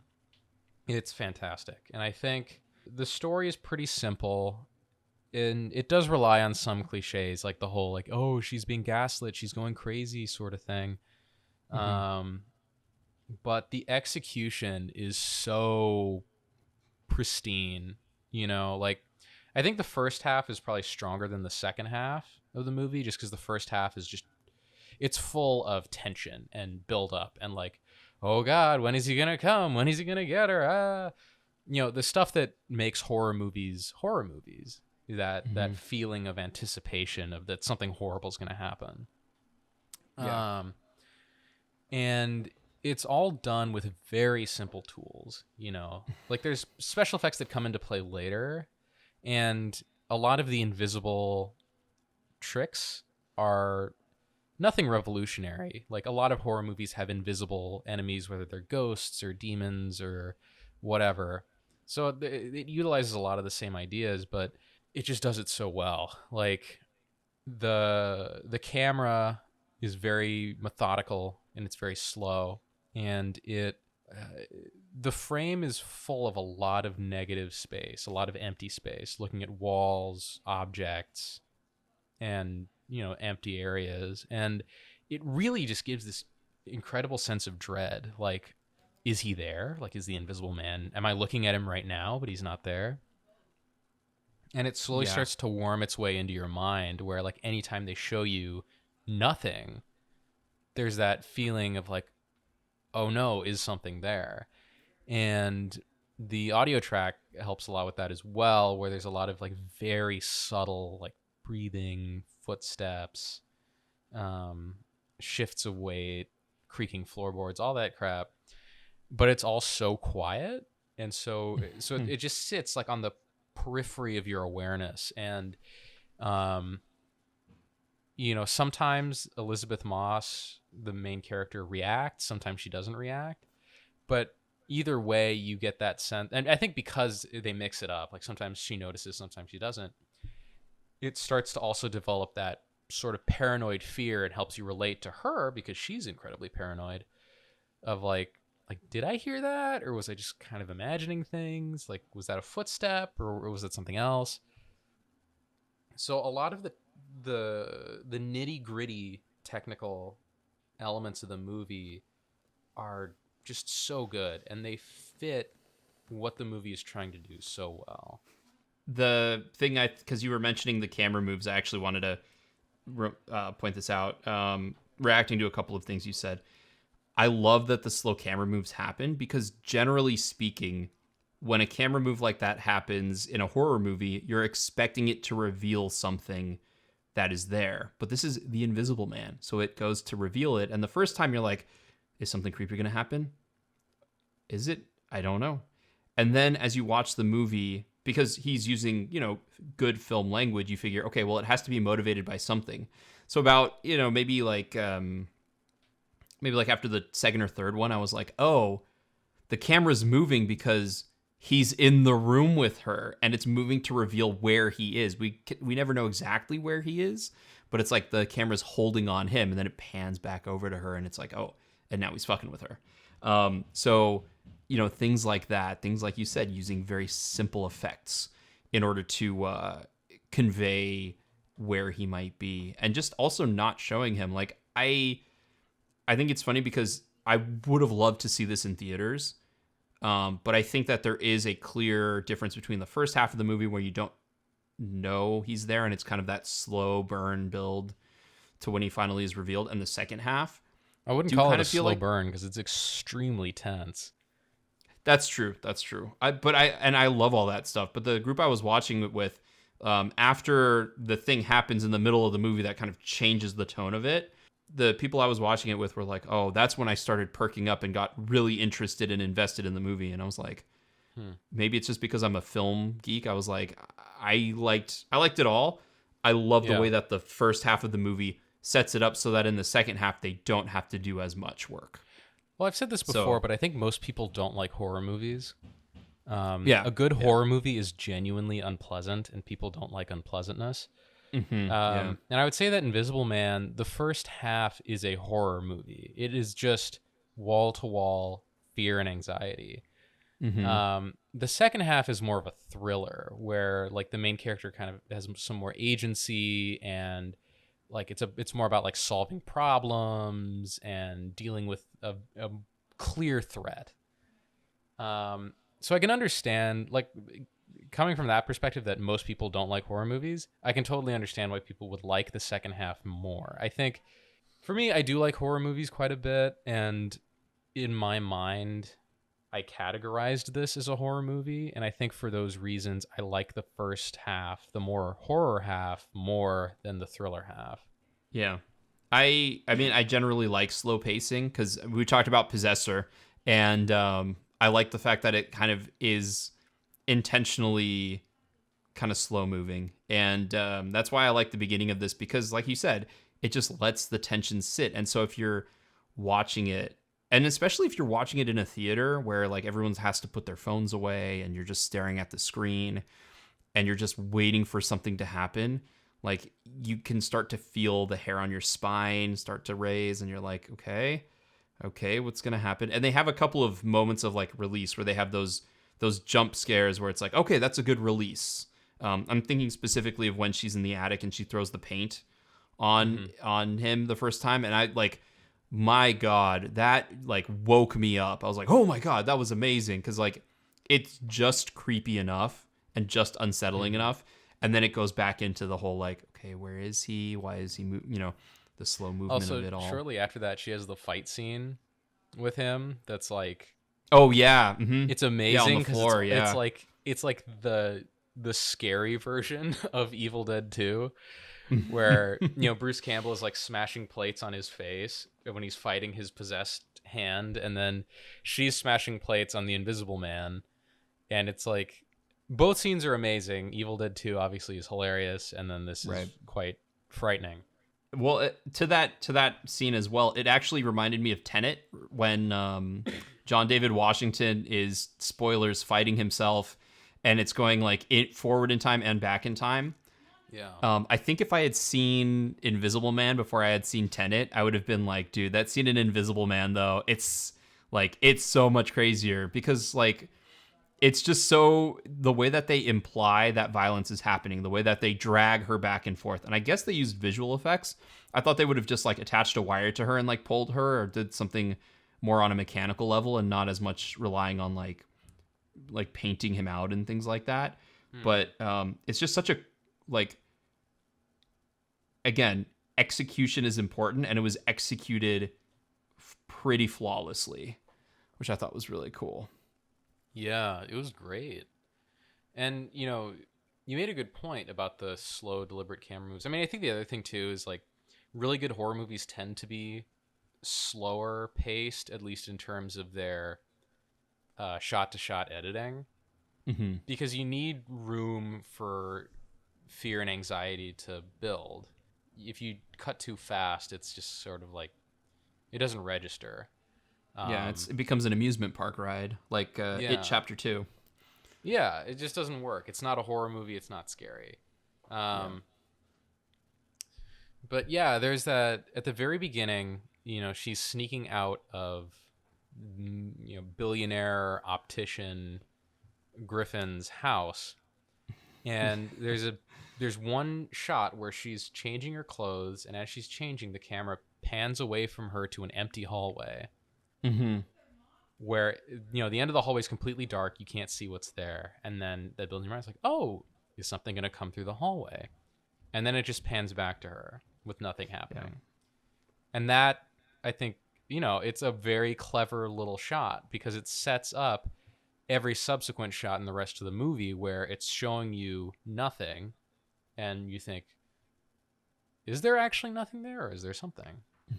Why is he doing this? It makes you ask questions, and I like it when the movie it makes me ask questions, like good questions, not like why am I watching this? Yeah. Oh, well, there's some screenwriter who is saying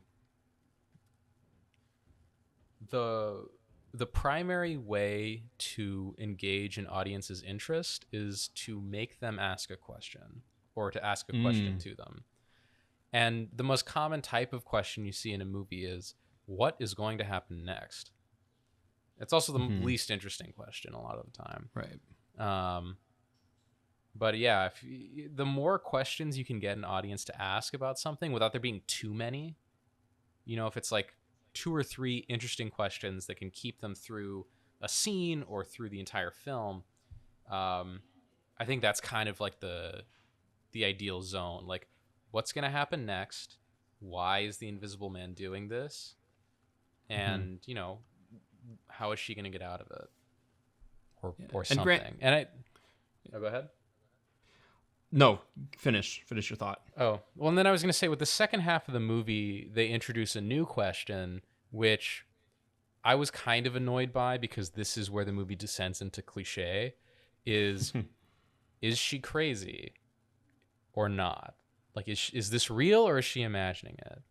Which is, I think, I'm very tired of that especially in horror movies. That whole like, is it just all in her head or is it real? Because I think the moment you question your main character's sanity, you throw your entire movie into question, whether intentional or not. So that can become a problem with the Invisible Man where, you know, she's being gaslit by her abusive ex-boyfriend, who is the Invisible Man, slowly starts losing her mind. She is framed for a bunch of things she didn't do. And eventually the Invisible Man murders her sister in a restaurant and places the knife in her hand. And in a very frustrating sequence where she's just grabs the knife out of the air, it's like, no, you idiot, don't grab the murder weapon. She's blamed for the murder of her sister. And ends up in a mental hospital. So everyone in the movie is calling her reality into question, and she's acting crazy, and they put a lot of makeup on her to make her look, you know, like a mental patient. And Elizabeth Moss has a very good performance. So she sells her like, shoulders. That's kind of frumpy. Yeah, I mean, she sells like the frantic, like, no one believes me, he's invisible, really well. And she also sells the like kind of that catatonic, like, I'm resigned to my horrible fate, really well. Yeah. But yeah, the problem is that, okay, she's in the mental hospital. People think she's crazy. You're planting that seed in the audience's mind that, oh, well, maybe she is crazy. And then everything that happens after, all of the thriller type sequences that happen afterward are then called into question as well, which you don't want generally. Especially in a movie like this, where it's all played pretty straight, I don't think you want the audience to be questioning, like, oh, is this ending real or is it all her imagination? I took a different approach to it. I thought that the movie actually did a good job of making it so that the camera that we're facing with on her, that she was never insane, that we're with her. They did a good job of putting us in her corner of like, she's not insane, she's not seeing things, weird shit is happening to her. We can tell because of the sound. Like the sound in the beginning kind of adds the paranoia, but maybe because I just wanted to believe, I never got a sense that like the movie was trying to have us as the audience question her reality, because everything she was saying in the world of the movie, especially after they reveal that second suit, everything that she was saying in the movie was seemed like she is still sane. Everyone else is looking at her strangely, and then I the makeup and everything like that, I give that to like she's in a terminal treatment center where they have to give her pills and stuff, and so she can't feel as alive because she's being intentionally drugged. So, and like the scene where she grabs the pen and she sees the Invisible Man sitting on the chair with the indents and everything. That was when I was like, okay, she's still cognizant. She still knows where everything is. But like if she went out to reach and touch the person, she can't do it because, he can see her, so he can move easily and things like that. So you're correct, but I don't think everyone's going to pick up on that. Because, like, how many times in conversation have you been talking to someone and you said something that you thought was pretty clear and they completely misinterpreted it? Yeah. Well, that's why I like the movie, because it does play off of that. Well, but what I'm saying is, like, the movie is very clear about her point of view is real. Her reality is real. She's not crazy. All this is actually happening. But in spite of that, in spite of how clear the movie is on that, a lot of people may still buy into the, oh, she's crazy, this is all in her head scenario. Which is why, like, introducing the mental hospital as a plot element, I think, I'm not super in love with that choice because it invites that interpretation. Even though the entire rest of the movie categorically denies that interpretation, it's still inviting that interpretation, because there are a lot of audience members, I guarantee you, who will watch Invisible Man and interpret it in that way, or think they're clever in interpreting it that way. You get it's the whole Inception, Leo was dreaming the whole time thing. It's the she was crazy fan the whole bullshit time, where I think people will latch onto one piece of evidence that supports their quote unquote mind-blowing fan theory about a movie, when everything else in the movie directly contradicts it. But maybe those other elements are so subtle and the evidence they're using is a very major plot point that they're not able to see the counter argument. I can see that with the end of the movie. I think that Lee Wannell does a good job, or a good enough job, of planting enough seeds. But again, you have to be paying attention to the movie in order to catch all of them. And not even paying attention that hard, but like you have to, because at the end of the movie, so let's get into you were talking about the sisters, and we've been spoiling the movie. So if you haven't seen it yet, right now it's on HBO, or I would totally recommend just either renting a copy of it or buying it on Prime or whatever service you use and watching it, because it does such a good job of everything that it's trying to do, and it's totally worth taking 2 hours out of your life to watch it. The scene where her sister dies, that's the scene that I thought was going to devolve into kind of like you were saying, where she's like, I swear I'm not crazy. He's an invisible man. There's an invisible man. He's found technology and I can prove it to you. I just have to. And like, you would think that the sister would be like, okay. And then they would go back to the house and the suit is gone, or something crazy like that. Nope. Yeah, that's not what happens. That's not what happens at all. All of a sudden you just see a knife. It cuts. You see Elizabeth Moss, knife in the air, cuts back to the sister, throat slit. She dies. And I was like, it was one of those moments where I was like, the entire world and the entire movie has been flipped on its head, because she doesn't have the police officer friend, James, Now she doesn't have her sister, who was her last hope. Because of the life that she lived with the crazy boyfriend, husband person, she doesn't have any other friends. So now she's completely alone. And then I always imagined it as the Invisible Man taking her hand up and shoving the knife into her hand, and then her in so much shock that she just couldn't put it down. Now, granted, to that point, she's made a series of really stupid decisions. So when it happened and she grabbed the knife, I didn't think it was that stupid, but I was also going like, oh, Jesus Christ, what's going to happen now? That's true, because that scene is a great twist, and it is a great turning point for the movie, because it does set you up for like, she's like, see, I'm not crazy, and then they go to the house and the suit is gone, and her sister's like, you are crazy, you crazy person. But yeah, instead they just fucking kill the sister right there in a crowded restaurant, and you're like, holy fucking shit. It's like a bomb went off or something, you know? Yeah. And not only that, it's an but amazing it's scene. like, and it feels really impactful, because like in a lot of movies, you know, characters die and we don't care. She dies and it's like everything has just shut off. Like, I feel like we've gotten into a series of movies like with Possessor and things like that, where they are taking character deaths and making them feel very important. And this was one of those deaths that I was like, holy shit, everything's off the table. Also, her boyfriend / husband / whoever it was, complete psychopath, which makes the end of the, like, that moment near the end where the brother comes and is like, all right, he's done playing games with you. It's like, motherfucker, you killed her sister. You killed an important person and a person in general. And you just want to say, oh, I'm just messing with you. Like, what the fuck is wrong with you and that entire family?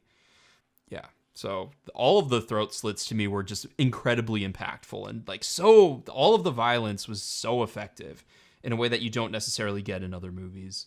Well, I think it's also really effective because it's so sparse. You know, there's there's 3 kills in the whole movie, and there's a lot of like, there's a couple near deaths, but yeah, it's just like, holy crap. And I mean, there are some instances of characters acting like kind of stupid or at least questionable, but that's kind of par for the course in a horror movie. And to be fair, people act stupid all the time in real life, so yeah, I can forgive it. Well, and especially someone who's been isolated from reality, you know, isolated from everyone else for so long. It's like, maybe she isn't careful at trust. Like, it's clear that she's not careful to trust. Well, I'm not just talking about the main character. I'm also talking about, like, you know, her cop friend, his daughter, when she gets slapped by the Invisible Man, and she looks at Elizabeth Moss and is like, "Why did you hit me?" It's like, lady, Elizabeth Moss was like 5 feet away. Her arms are not that long, and she's sitting down. And she's sitting. Like, how does she generate that much force? Like, she's, you know, from her butt, she's not gonna hit you that hard. Because the other thing, like, she's hit so hard she gets knocked over. Yeah. So it's like, how did Elizabeth Moss hit you that hard from 5 feet away sitting? Like, there's stuff like that where you're like, okay, this is kind of stupid, but you know, like I said, it's a horror movie. Point A to point B. It is what it is. Yeah, I like how the pepper spray comes back into play later on in the movie too. Yeah, but yeah, you're right. And like, of course, unlike some other movies where it's like the stupidity is not, you know, character. That is weird, because like, she gets slapped and it's like, why would you slap me? It's like, why would she? That's a good question. Why would she slap you? Why would you believe that she hit you? Yeah. Is it just the vacuum of truth in the situation is so like, it's that, yeah, it took me out a little bit. The cop's reaction to it though, I was like, I see what you're doing to try and get her isolated alone in the house, but like, that was very well done. He's really good. The guy who plays as James, I thought, did a really good job in the movie. All the actors did, to me. All the actors did a great job, yeah. Even Bly Manor alumni. Also, again, playing a fucking fucked up boyfriend who... His American accent is not good, though.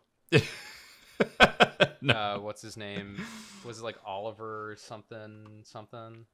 I don't know. I was going to refer to him as this character from Bly Manor, but I can't remember what like the character's Oliver name Jackson was. Cohen. But yeah, his American like accent that. has twinges of the ridiculous Scottish accent he puts on in Bly Manor. Mice J Soul. Like, it's just so over the top. And then his American accent in this is pretty wonky, but he doesn't talk very much, so it's okay. Right. Yeah, and he's not in it that much either. For the most part, he just says, surprise. It's like, Surprise. How hard is it for him to fake an American accent when saying surprise? Surprise! Like, Surprise! surprise. Surprise! It's like, why are you doing that with the SH? What are you talking about? That's how I always talk. Like, oh God. What you mean? I'm Adding just an saying SH. surprise. It's in the script. I'm saying exactly the words that you wrote. Can you imagine if, like, before, he departed, like, his last film is just playing this guy in Invisible Man. He's like, oh, I got you a shrimp, sushi, and steak. Like, would you like to sure eat? what you wanted. So I got you sushi, shrimp, steak, and salad. I know you're watching your weight. With some shallots. Like, oh God. Speaking of the ending, what did you think of the ending? Thought it was Not good. the final conversation, but like everything leading up to it, where she's like, I know you want a baby. Tell me the truth. All I want from you is the truth. Blah blah blah blah blah. Like all of that stuff, and then leading up to him getting his throat slit in the invisible thing, and then her running in. Yeah, you thought it was good?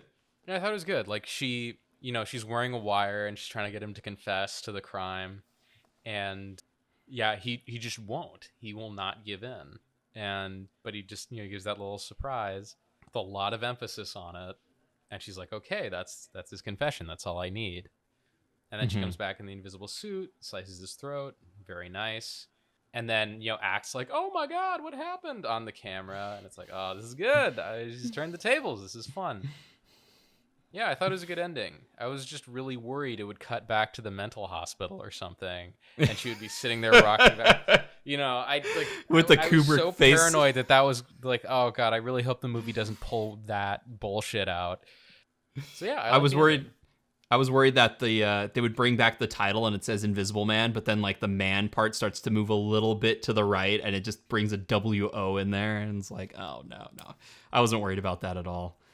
Yeah, I like, we haven't talked too much about the editing. We've talked a lot about the camera work, which is fantastic, but I like the fact that editing wise, until they have that final moment of like her hanging up the phone and then she gets that look on her face, they do just enough that it looks like someone else did it. Because like after he gets his throat cut, she immediately runs out and she's like, oh my God.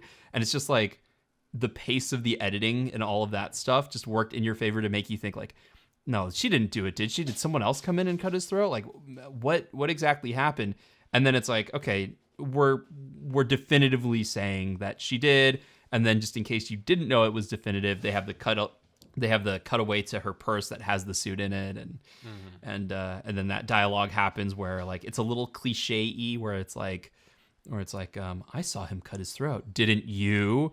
And you're kind of like, does the cop character is like, is he going to be under her control now because she can turn invisible and mess with him, or or what's going on with that? So like I like that was ambiguous of like, all that stuff. But yeah, I thought the editing and the pacing of that scene was just really, and even to the degree of like where Adrian never explicitly says it, but you somehow know, just like through inference, like, yeah, he was the mastermind behind this the whole time. He did come up with this a crazy way to make it look like he had kidnapped himself and things like that. Just really excellent filmmaking all around. It's like, it's a shame that I never got to see it in theaters, because it just, as great as it was watching it on a giant TV and in darkness and everything like that, just would have been so amazing to go into a theater and watch it. Yeah, that's true. Maybe next year. Maybe it'll get enough. Maybe she'll get enough plaudits so that she can win an Academy Award. Oh, please! I don't think it's gonna happen. This is a trend at this point. Every year there's a really good low budget horror movie that has an amazing performance by the leading lady that then gets ignored. Yeah. It happened to Toni Collette with Hereditary. It happened to Lupita Nyong'o with Us, and it's gonna happen to Elizabeth Moss. I still think about Us more than I should because I thought I was kind of lukewarm on it, but Us is like, there's things about Us that are just like so good, like the split diopter shot at the end of the movie. I've completely forgotten that movie. Eh. Also, I hate split diopter shots. I don't know why you like them so much. They're so gross.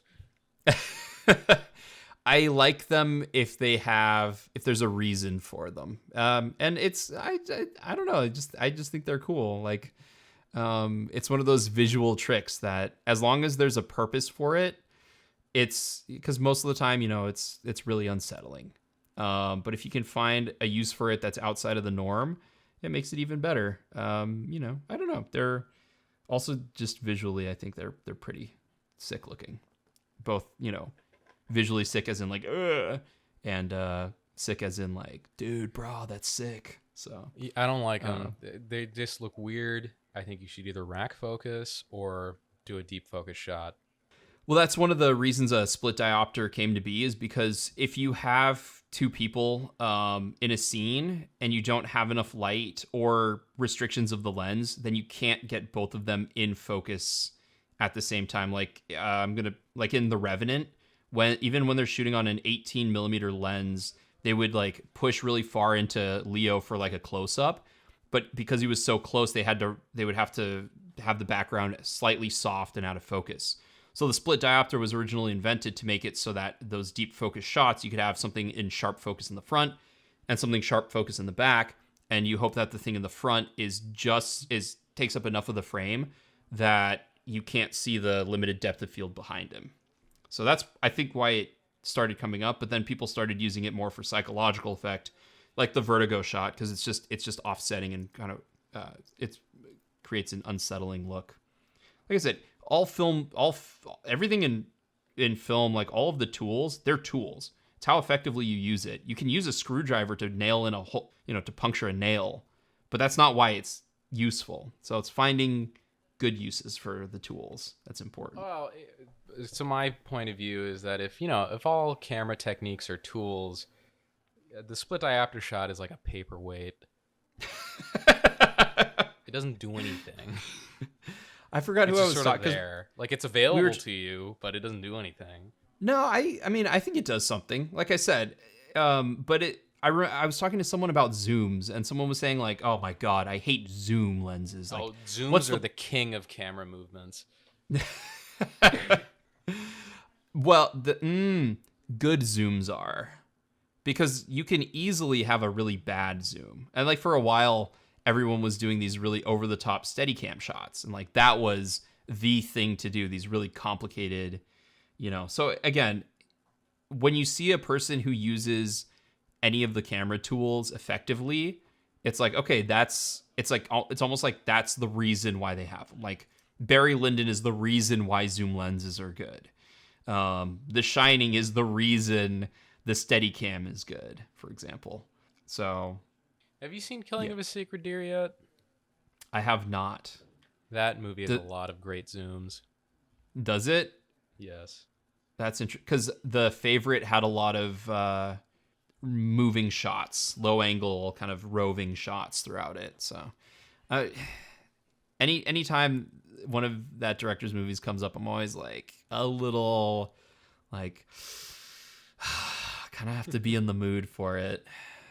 Okay. I don't want to see Emma Stone cleaning Olivia Colman's feet for 5 minutes as bees get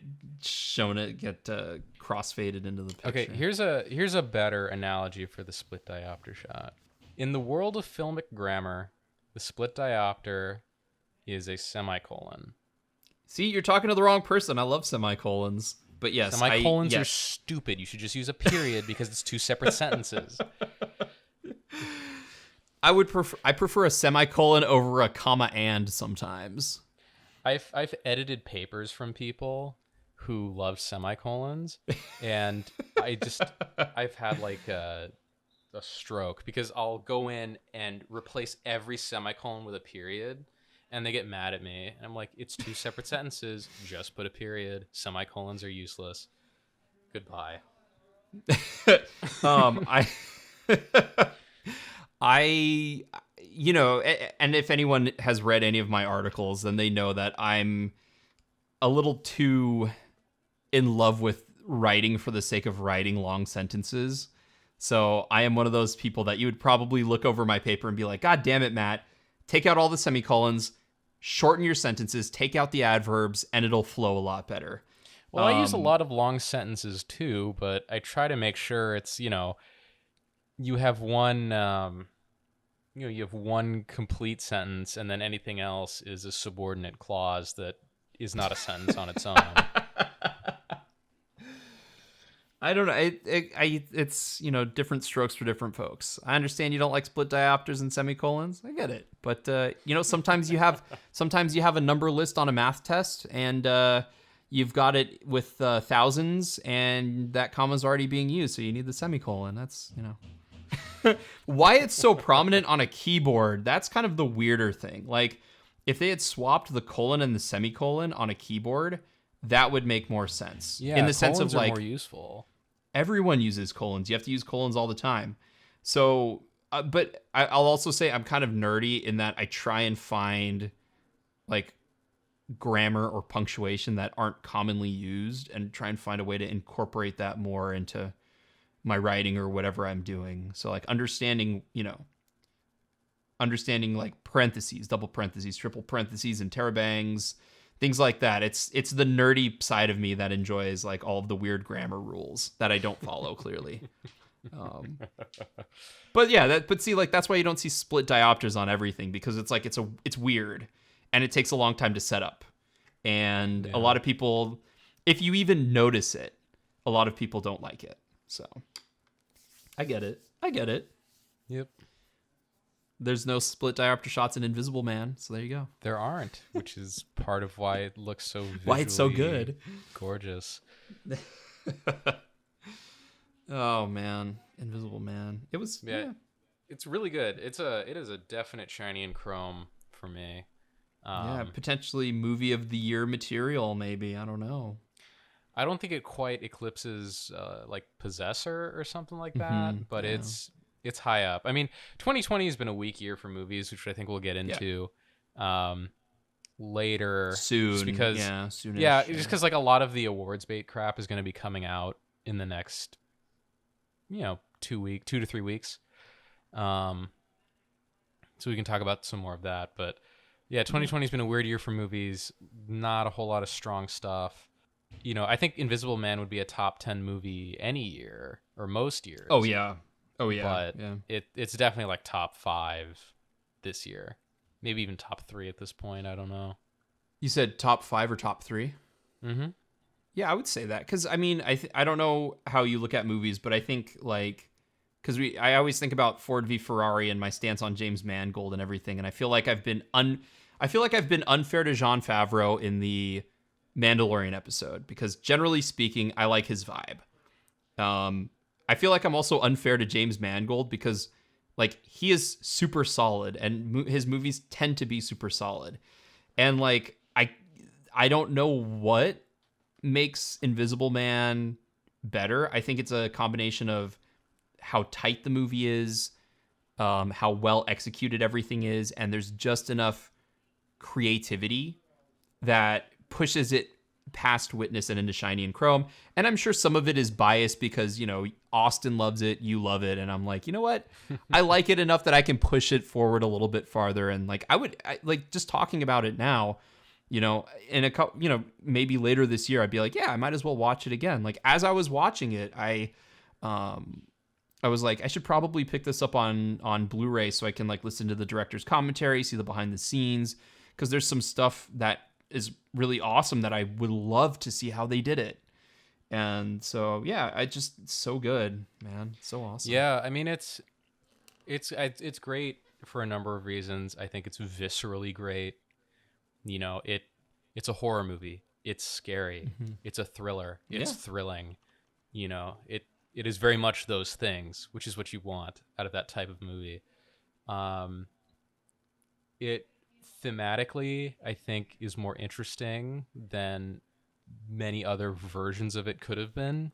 You know what I mean? That was the other. Yeah, I forgot to talk Kind about of that. Yeah, that's the other refocusing thing. the story to be more about like abuse and like shitty relationships and things like that. I think was a nice twist, a nice take on the subject. That's another reason. Yeah, so I like, that I think takes just kind of a pretty basic like invisible monster movie and takes it up a level, gives it a little more heft, a little more weight, more to kind of dig into. And then just it's so technically immaculate. You can have a good story told poorly, a bad story told beautifully, and this is a good story told beautifully. Yeah.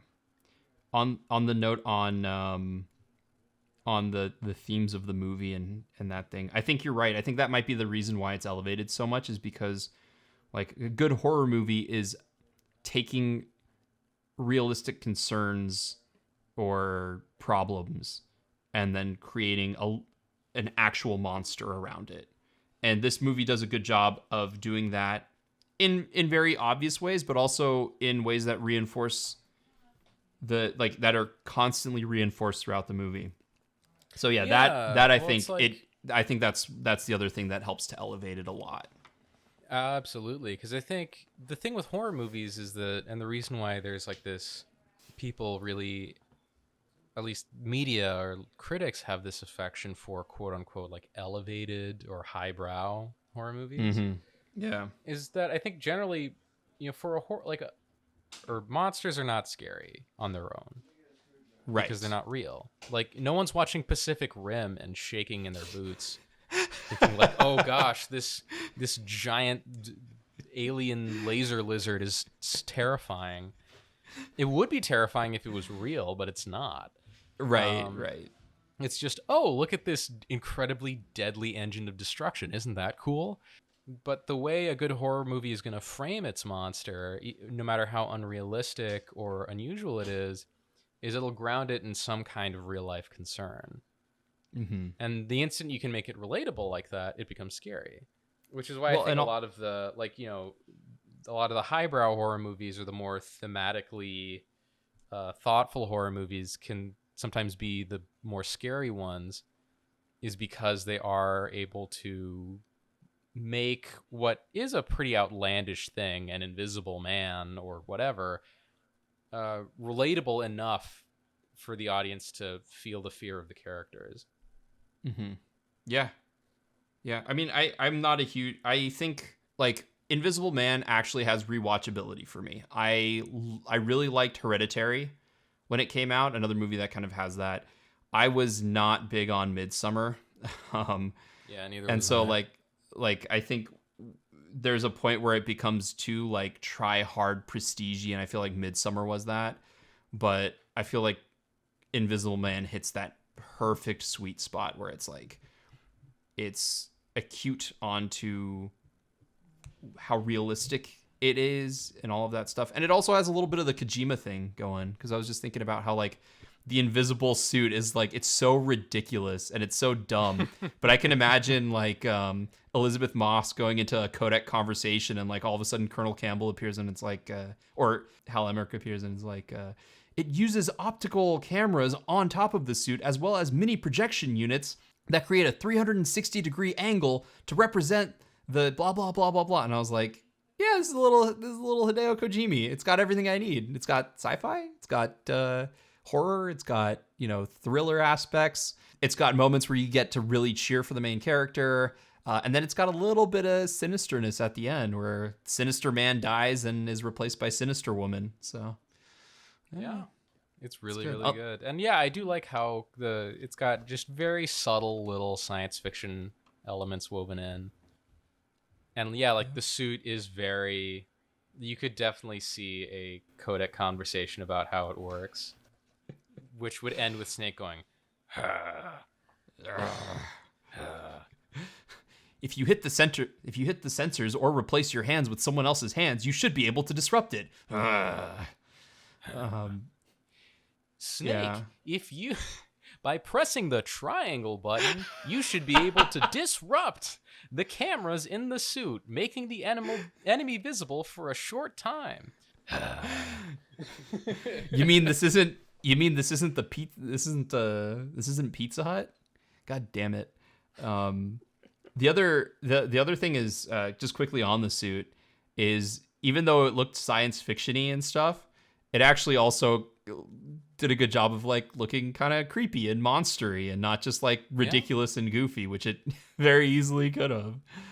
Definitely. So, good. Because all good the cameras shit. look like little eyes, which is, a nice touch. And the sound design too, the little. It's like, oh, Of man, them like opening of like the shutters and stuff. Yeah, it's really good. Yeah, it's really Oh, cool. The Invisible I Man love is such it. a good movie. More people should see it. They should. And again, HBO. Oh, which leads me to, do you have anything to say on Invisible Man, or I want to talk a little bit about HBO Max quickly? I know we're No, I'm done with really Invisible coming up Man. against it. It's awesome. It is so good, and everyone should see it. Get to know what good horror is like, as well as good thrillers. HBO Max. This is gonna sound kind of weird, but I feel very conflicted on HBO Max. Although HBO Max, if you want to sponsor our podcast, please do so. And here's why: because I think that there's a lot of crap that's on HBO Max, but I think that there's also a lot of amazing stuff on it. So I didn't know going in that HBO Max had all the Adult Swim stuff, which I don't necessarily care about, all the Cartoon Network stuff, which I don't really care about. Obviously, it has all the HBO stuff, which, at the price point it's given, that's probably more than enough because HBO has a lot of, quality content in general, and then added onto one quick it. thing on that. Yeah. HBO Max costs the same as the HBO edition for most cable packages. So it's the same either way. And if you get the cable package, like my parents had HBO cable for ages, and I would watch, the full library of HBO content on HBO Go, which has been dispensed with at this point. Oh, okay. I didn't know that. So they got rid of HBO Go. HBO Max is now the thing. But yeah, I mean, it's a lot. They got a lot of stuff on there. And it's also, HBO has this weird habit of like, they'll license a bunch of movies for maybe like a month or two. And then, license a new set of movies after that. But they're all framed the same way. So they'll have some very good movies, and they'll have some kind of whatever movies, and then they'll have like Stephen Gaggen's Doolittle. But the way they advertise it, they're all advertised as like prestige quality cinema. And it's like, you can't be putting Hell or High Water and Doolittle in the same promo. I'm sorry. You can't. Yeah. Well, the other thing that's kind of like weird is I get why they wanted to do HBO Max instead of like Warner Brothers Water Tower Service or something like that. But I'm worried that it cheapens the original content branding of HBO. Like usually if it's an HBO series or an HBO documentary series, there's going to be a certain level of care and love and all of that sloppy, dopey stuff put in to make sure that it's at somewhat of a decent to high quality. But I'm worried that the HBO Max original series, they're going to have HBO on it, but they're going to be, pieces of shit. So that's my concern, is that the quality control is going to go. But it also has Turner Classic Movie, and it has Studio Ghibli. And so for me, like between the actual good HBO content, the Warner Brothers content that they already have on there and that they're going to add, the Turner Classic Movie stuff, which they even have a section that's like Film School 101, and it has stuff all the way up until like the 90s for like Turner Classic Movie stuff. Like I really like what HBO Max is doing in theory. The execution of HBO Max, I don't know if you ran into this, but the player itself is sort of bare bones, and it's like, okay, you play and you have like a play button and a fast forward button. It's the HBO Go player. Yeah, and the HBO Go player wasn't the best. Like there would be times I would start it up and the movie wouldn't start. So it's glitchy. And so I really like HBO Max, but I was having a lot of issues with it yesterday, which I kind of expected. Yesterday being December 31st. I expected it because everyone was going to be watching. Probably everyone's going to save Wonder Woman to watch then if they hadn't watched it. And Yeah. if they had, then, check out some other HBO offerings. Well, when I watched Wonder Woman, it had some major technical issues. Like, it would buffer from like randomly in the middle of shots and things like that. Yeah. Yeah. The whole single take scene in Invisible Man where like the Invisible Man is like dismembering or killing all of those cops. That was buffering so hard that we had to shut down the PlayStation, boot it back up so we got more bandwidth, and then play that whole scene over again so we could see how it actually looked and not how it looked if you were pressing pause every 30 seconds or 5 gosh, seconds that's actually. bad. I didn't run into any technical issues with the Invisible Man, actually. Yeah, that's good. I think you probably watched it at a time that was good for watching it. So like that's my only thing about HBO Max is just like Wonder Woman 1984, great concept, poor execution. Yeah. But if HBO can get some of that stuff stabilized, or Warner Media can get that stuff stabilized, like, I mean, I almost don't even. I would say it's one of the better online services out there, just especially for movie watchers who want a lot of like pretty good content. So Yeah. that's my review of HBO Max. You have anything else you want to add? I don't think so. No? All right. Well, we do have a new email address for the podcast. Shit, we do? We do. Podcast nice. at underthewheels.com. Hey, very Austin was so mad that we were using Under the Wheels podcast at gmail.com that he was like, no, we need a dedicated one. And, he delivered. Nice. Yeah. And on top of that, all of our reviews, you can read them at underthewheels.com. Some really good content. I'm a big fan, Gabe, that you do post reviews on there pretty often, especially of movies that we may or may not talk about on the podcast, because your reviews make me want to watch those movies. So you keep doing that. Austin's posted more content on the site, and Austin's kind of tricky when it comes to his articles because he posts something that seems very clickbaity and kind of like, oh no. But then, like, as you read it, it's actually, he brings up really good points and really interesting things. So, he's one of those guys that, like, it can help, you can get a little bit more context about a lot of the goings-ons of the rumors and pop culture things. Underthewheels.com, Austin's been trying to cover more of that stuff lately. Yeah. Yeah. As far as where we can listen to it, go ahead. Make sure to check out the website.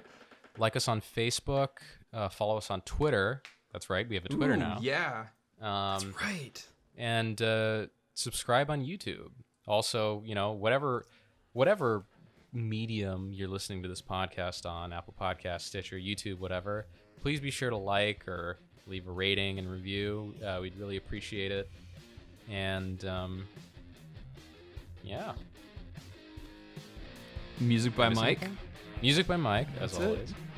Yeah, as always. No, I think that's everything. Actually, what I thought would be kind of one good movie and one fine movie turned out to be 2 recommendations from us. One significantly more recommended than the other, but both on HBO Max right now, so go give them a watch. I'm Matthew. I'm Gabe. And you've just been Under the Wheels.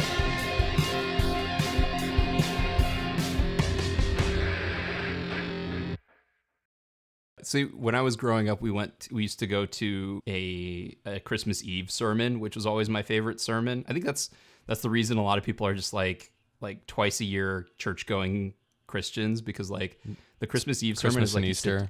Yeah, although the only Easter sermon I liked was like the sunrise one that I could never get up for, so I was just like, yeah, that's led me on my road to secularism. No, I celebrate the secular holiday of Christmas, where it's like, oh yeah, Santa's fun, and not like Jesus Christ was born to save your sins, praise him and not God. Like, oh yeah. I mean, Christmas here is also pretty secular, but it's just like I don't know, we have like a set of traditions we do every single year, and it is unchanging, and it's yeah, and that's part of the fun of it, and things like it. Just gets harder to find gifts for people every year, so it's like, Jesus Christ. I'm a really like shitty gift giver, or at least I'm a very unconfident gift giver, so This year was actually the first year that like I got everyone something with any sort of conviction that like, nice. oh yeah, this is good. They're gonna like this. In previous years, it's like I have no idea what to get anyone.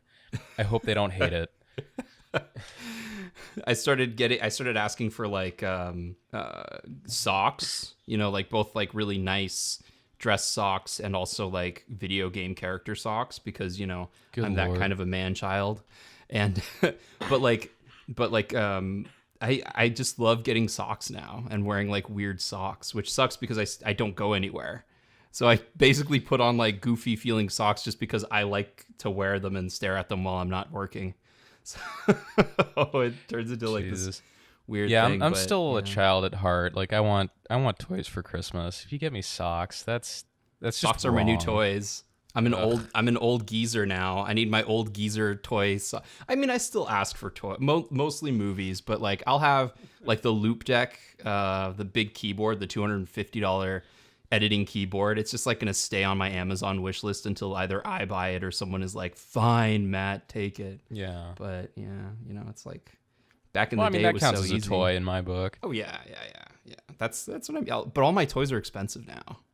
You know. Well, it's called being an adult. I mean, even children's toys are expensive now. My brother was looking at Legos a few weeks ago, and Yeah, they're all absurd. that's just Because I remember, expensive. like, you know, back in say 2005, for the sake of argument, you know, you could get like a little Lego set to give as a small gift for like $7. You know, Yeah, and not now anymore. it's just.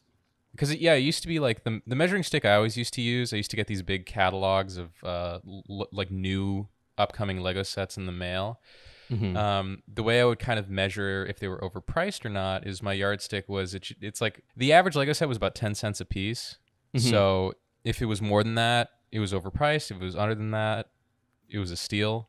And yeah, now it's just, you know, we're talking like 20, 25 cents a piece at this point.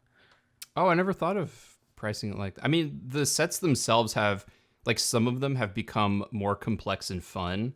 But I mean, like, you know, I'm a sellout, and I bought the Slave 1 Lego set, the big collector Slave 1. That's like $200, and it took me a week to build. Oh, it was so Actually, fun. you And know, it's so worth it. honestly, I can't. That does sound like a lot of fun. Finished.